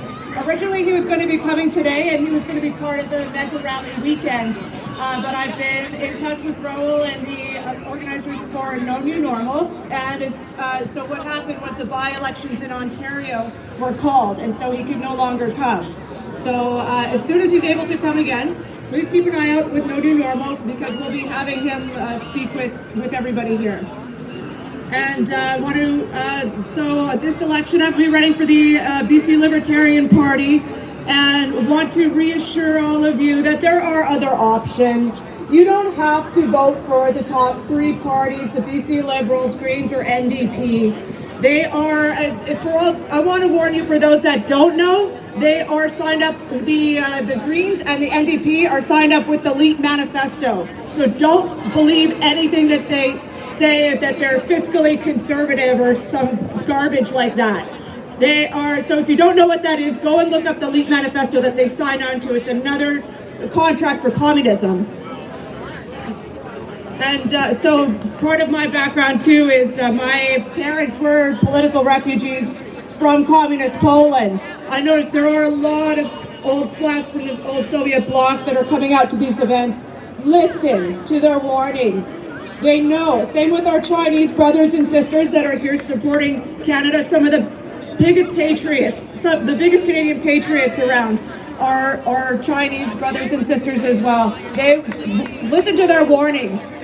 Communism is not far from here, and you can vote communism in, but you have to shoot your way out. Yeah.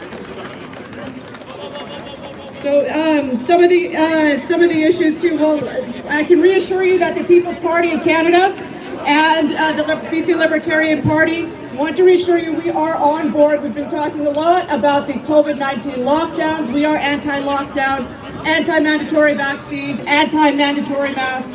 We've all heard a lot about this, and we're pro-choice, right? When it comes to that. Well, yes. Well, that's something. Yeah. Yeah, that's something. Yeah. No, we're definitely keeping that into a line. Well, yeah, keeping that in mind as well too. And when I say pro-choice, so I want to that's another topic. But anyways, so some of the issues provincially right now as well are, for those of you who don't know, our children are being indoctrinated with SOGI 123. That is the sexual orientation and gender identity. And that is, so they're telling our children, if you're a girl, maybe your parents assigned you as a girl, but you can be a boy, or maybe you're bisexual, or my nephew, 10-year-old nephew now, but when he was 6, 7 years old, he was telling me he was bisexual because he cared about his male friends and as well as his females. And it's confusing, and they're going behind your backs. The teachers are they're telling our children that they don't have to reach out to their parents. Don't tell your parents. Come out, reach out to us. We're gonna give you medication that's going to sterilize you for life. Don't listen to them. And this is happening behind everybody's backs, and they're taking away our conscious rights. They're taking away our parental rights. So we need to make sure, even the BC Liberals, obviously, you know, parties like the Green and the NDP are for this kind of indoctrination, but BC Liberals, -1 that abstained, voted unanimously on this policy. So be careful. Vote appropriately. Democracy doesn't work if you don't vote for what you believe in. There are other options. The People's Party of Canada, the BC Libertarian Party, the Libertarian Party of Canada, Christian Heritage, there are independents. You don't have to vote for, don't vote strategically, vote for what you believe in. Yeah! Yeah! We are the unconquerable.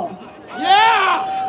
You see everybody on the SkyTrain, on the bus, in the shopping malls, they are conquered, they're wearing their masks.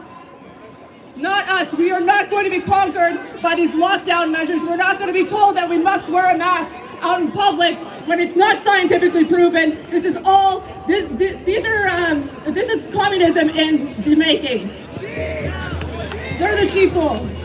But we don't want to hate on them. We must remember to be kind and be respectful. We want these people on our side. They mean well. So please do not be rude to these people. We want to open them up and to wake them up.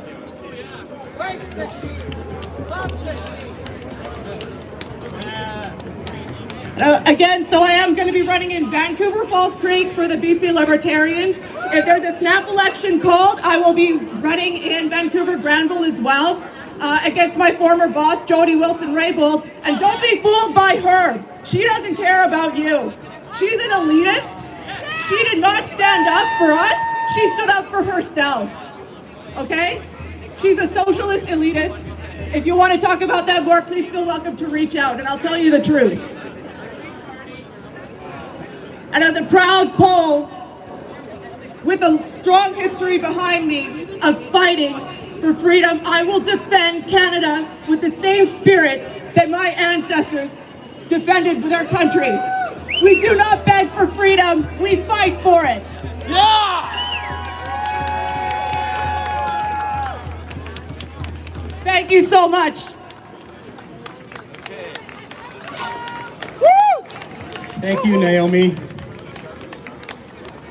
Okay, next up, we're going to have Bob Martin. He's from the island, Victoria. He's H1N1 damaged. Thank you for He's been fighting lawsuits for the people, the many people who have been damaged by the H1N1 shot vaccine that we don't hear about.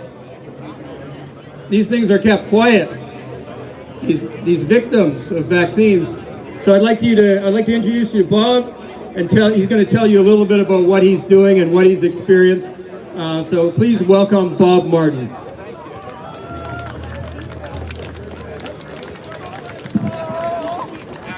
Well, I expected to have a few more people, but I'm happy the people that are willing to listen are still here.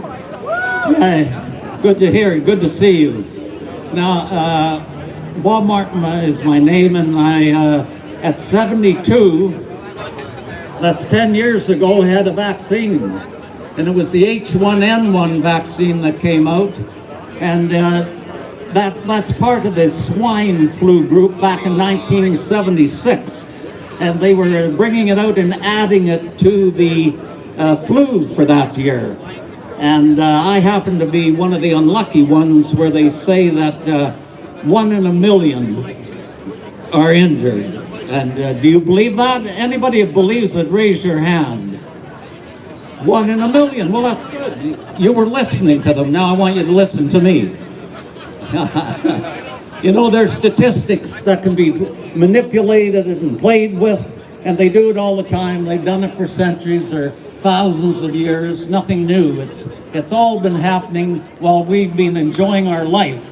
And unfortunately, we're here now and we have to stand up. Had I not had that flu shot, I may have been standing out there with you, and I may have thought at the time, can't be true. I've never been sick. I've had shots. I've had vaccines. I've never been sick. No, you can't. I've talked to thousands of people, and I'm going to tell you my story in a moment, but I just want to let you feel what you've heard from other people, or what you may be feeling yourself. So on October, almost to the date, October the 20th, 2010, I went to my doctor's office for my annual flu shot, which I was talked into getting, because at that time, and for the past 30 years, I've been a personal trainer in Victoria. And I'd had 9 other vaccine shots. Prior to that, as a child, coming out of Saskatchewan, I had 2 shots in my life. And one we were forced actually to take. I remember as a young child, we were gone into our school and they loaded everybody up and said, we're going downtown and you're going to have a shot. Well, it wasn't, it was the polio. And it wasn't a shot, it was something other than that. Anyway, we got our little polio shot, and prior to that, I'd only had 1. Up to the time I had the flu shots from my doctor, which are the doctor I use, I felt he knew what he was talking about. So I would have been one of you out there standing. Unluckily, for people that get flu vaccines, a lot more than 1 in a million are devastated. Maybe 1 in 100,000, maybe 1 in 10,000. We don't know the statistics. Statistics are negotiable and manipulable and always have been. Anyway, I had the flu shot, went home, and a few hours later, I wasn't feeling too well. And at the time, I was a very fit person. I'm very aggressive. I work till I die in order to win, not to win for me just because my body says I love getting high. So I was 110% in shape. This shouldn't happen to me, and at the time I didn't know what was happening. So I went for a walk with my wife. I said I need to get some fresh air, and usually after that flu shot that I'd had in the past, I could leave the doctor's office and go and play golf. Nothing bothered me. I never had a sore shoulder. There was nothing the matter with it. It had no interference in my life. So we went for a walk along Dallas Road, as so many do, and my left foot started to slap, and I thought, oh, the sole has come off my shoe, I said to my wife. And I stopped and I said, would you look at my shoe? And she looked at the shoe. She said, no. I said, we better go back to the car. So I get back to the car, and naturally, being fit, I said, go to the car and I'll try and run. And I took about 10 steps, and I had to get back in the car and go home. When I got home, my hamstrings were just in agony. My lower back was in agony. I lay on the rug. I tried to stretch it out. I said, I'm going to have a bath. I go upstairs, have a hot bath, get out of the bath, and my feet, as they are today, nothing's changed, are like dog's paws. If you ever felt the padding of a dog's paw, well, today I'm like that, the same. The nerves below my knees are gone, and in some things in my hands shake. There's so many devastating things that can come from a vaccine, all vaccines. If you want to read the documents, the information is there since 1859 with the syndrome. In those days, they called it a disease, Guillain-Barré, GBS. If you want to go online and go to vaccines, Bob Martin, you'll get a whole bunch of information. Or go on to YouTube, and you go there as well. Vaccines, Bob Martin, you should see stuff there. Meanwhile, I go to bed, and I said to my wife, please, if I'm not awake in the morning, call me. If I'm not awake in the morning, call me. And I said, would you look at my shoe? And she looked at the shoe, and she looked at the sole, and I thought, oh, the sole has come off my foot. Shoe, I said to my wife. And I said, would you look at my shoe? And she looked at the shoe, and she looked at the sole, and I thought, oh, the sole has come off my foot. or if you hear me in agony, please call someone to help me. Well, she didn't hear me, but I was on the phone earlier. I had the ambulance on its way. They took me to the hospital. They tested. There's a thing called a spinal tap. They took the spinal tap. They came back. And this is a very important thing because very few doctors will accept that you can get a GBS or that it's the vaccine that does it.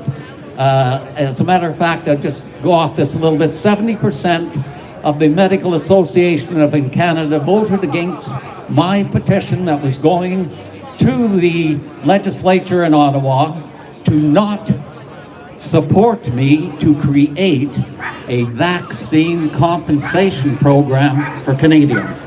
In Canada and Russia, we have no compensation if you're injured by a vaccine. 18 of the G20 countries have had it. Germany, since the thalidomide fiasco, little children's parts not growing, in 1959, they were the only one that came up with a compensation program. Canada just gave them something a little behind the scenes 50 years later to the children that have been suffering. Their families died, never seeing them get it. Meanwhile, they did the spinal tap, came up with a prediction. They said, has anyone in your family ever had ALS? And in my little mind lying there saying ALS, my idea is please let me go now. I didn't want to face it in the future. But they came back on a second opinion, and the doctor that was attending said, did Bob have a flu shot, by the way? That was the second question. Now, I'm going to shorten this up a bit because I'm sure everybody wants to get home, but I've been waiting 8 years to talk to somebody like this. I did a CTV show about 6 years ago with other injured people and that were injured with the same vaccine as I was, the H1N1 and the batch number. And since then, I did that TV show. I did 2 radio shows in Victoria, and since then, I have not been able to contact or be contacted by any media whatsoever. Imagine little Bob Martin injured by a vaccine, and they don't want to listen to me tell my story. So what's happened, I'll go ahead. I spent 8 months there. I was 3.5 months in the ICU. They trached me, they fed me through my tummy. I watched for 3.5 months as little food dropped in, a drop at a time to my tummy. I could only speak with my eyes to my wife and daughter, which was harder on them than me because I'm laying there sleeping 23 hours a day. So I have thousands of people on my sites that I have for when we have the opportunity to find the courts acceptable to us. I had contacted a lawyer, I contacted many lawyers, as well as Galati at the time, and he said later on there'd be an opportunity, but there was not a lawyer in Canada would take my case, and one in Victoria would take my case, a Queen's Counsel only. He said, Bob, you've suffered enough. You're sure you don't want to do this because there has never been a vaccine compensation case won in Canada. And to this day, there may be one. So you can see where the power lies. You know what money does. And it's there and it's doing it.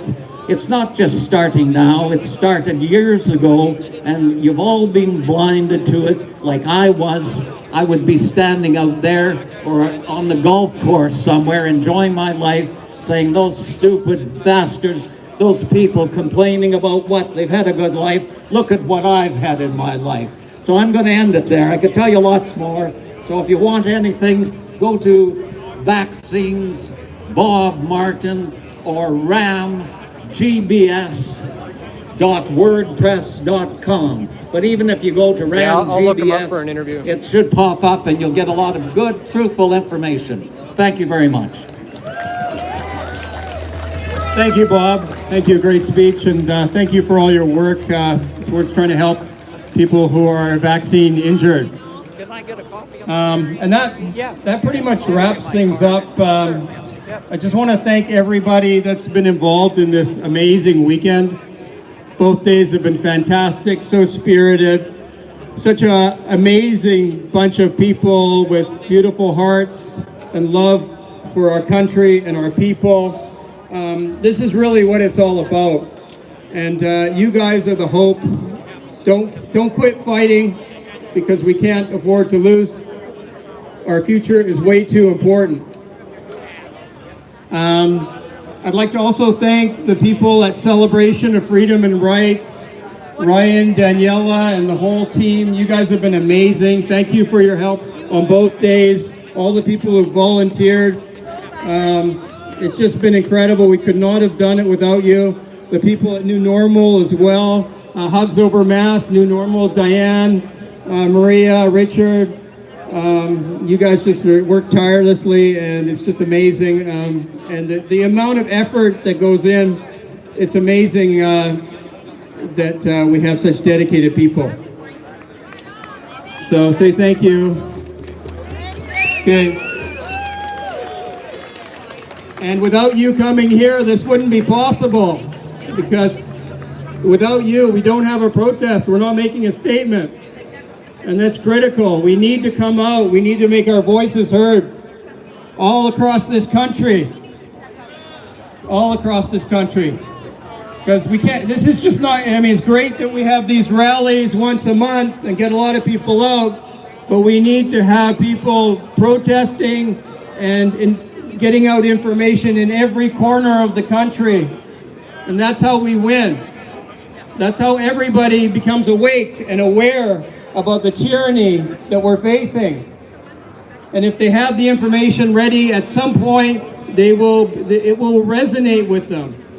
At some point, you know, and hopefully this doesn't get too crazy, but the way this evil cabal works, I don't see them stopping anytime soon. So we're gonna see more and more people jumping on board with this. Things have been pretty mild in Vancouver compared to Toronto and Montreal.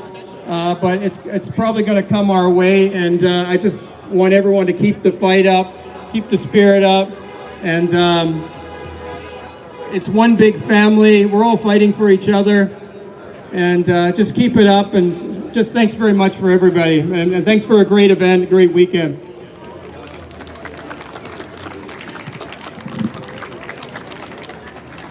All right, guys, I think that concludes another Mega Freedom Rally. It was a long day, long stream. Did another, 5-hour stream today, I believe. Yeah. So we're just gonna wrap this one up, guys. Okay. Again, thanks for tuning in today. This has been a long couple of days. We've been live for, I think, almost 5 hours yesterday, and again, almost 5 hours today. So yeah. Share the stream. Everybody, thanks so much for watching. Be sure to check the links in the description as well if you want to support our efforts here to continue to bring you this type of information. You can check the links in the description to find out how you can contribute if you want. You can join as a patron, join as a Subscribe Star member. But check us out at pressfortruth.ca/donate if you want to contribute to our efforts to bring you this information. So that's all for today, guys. Thanks so much for tuning in, and we'll see you next time. Take care. Peace.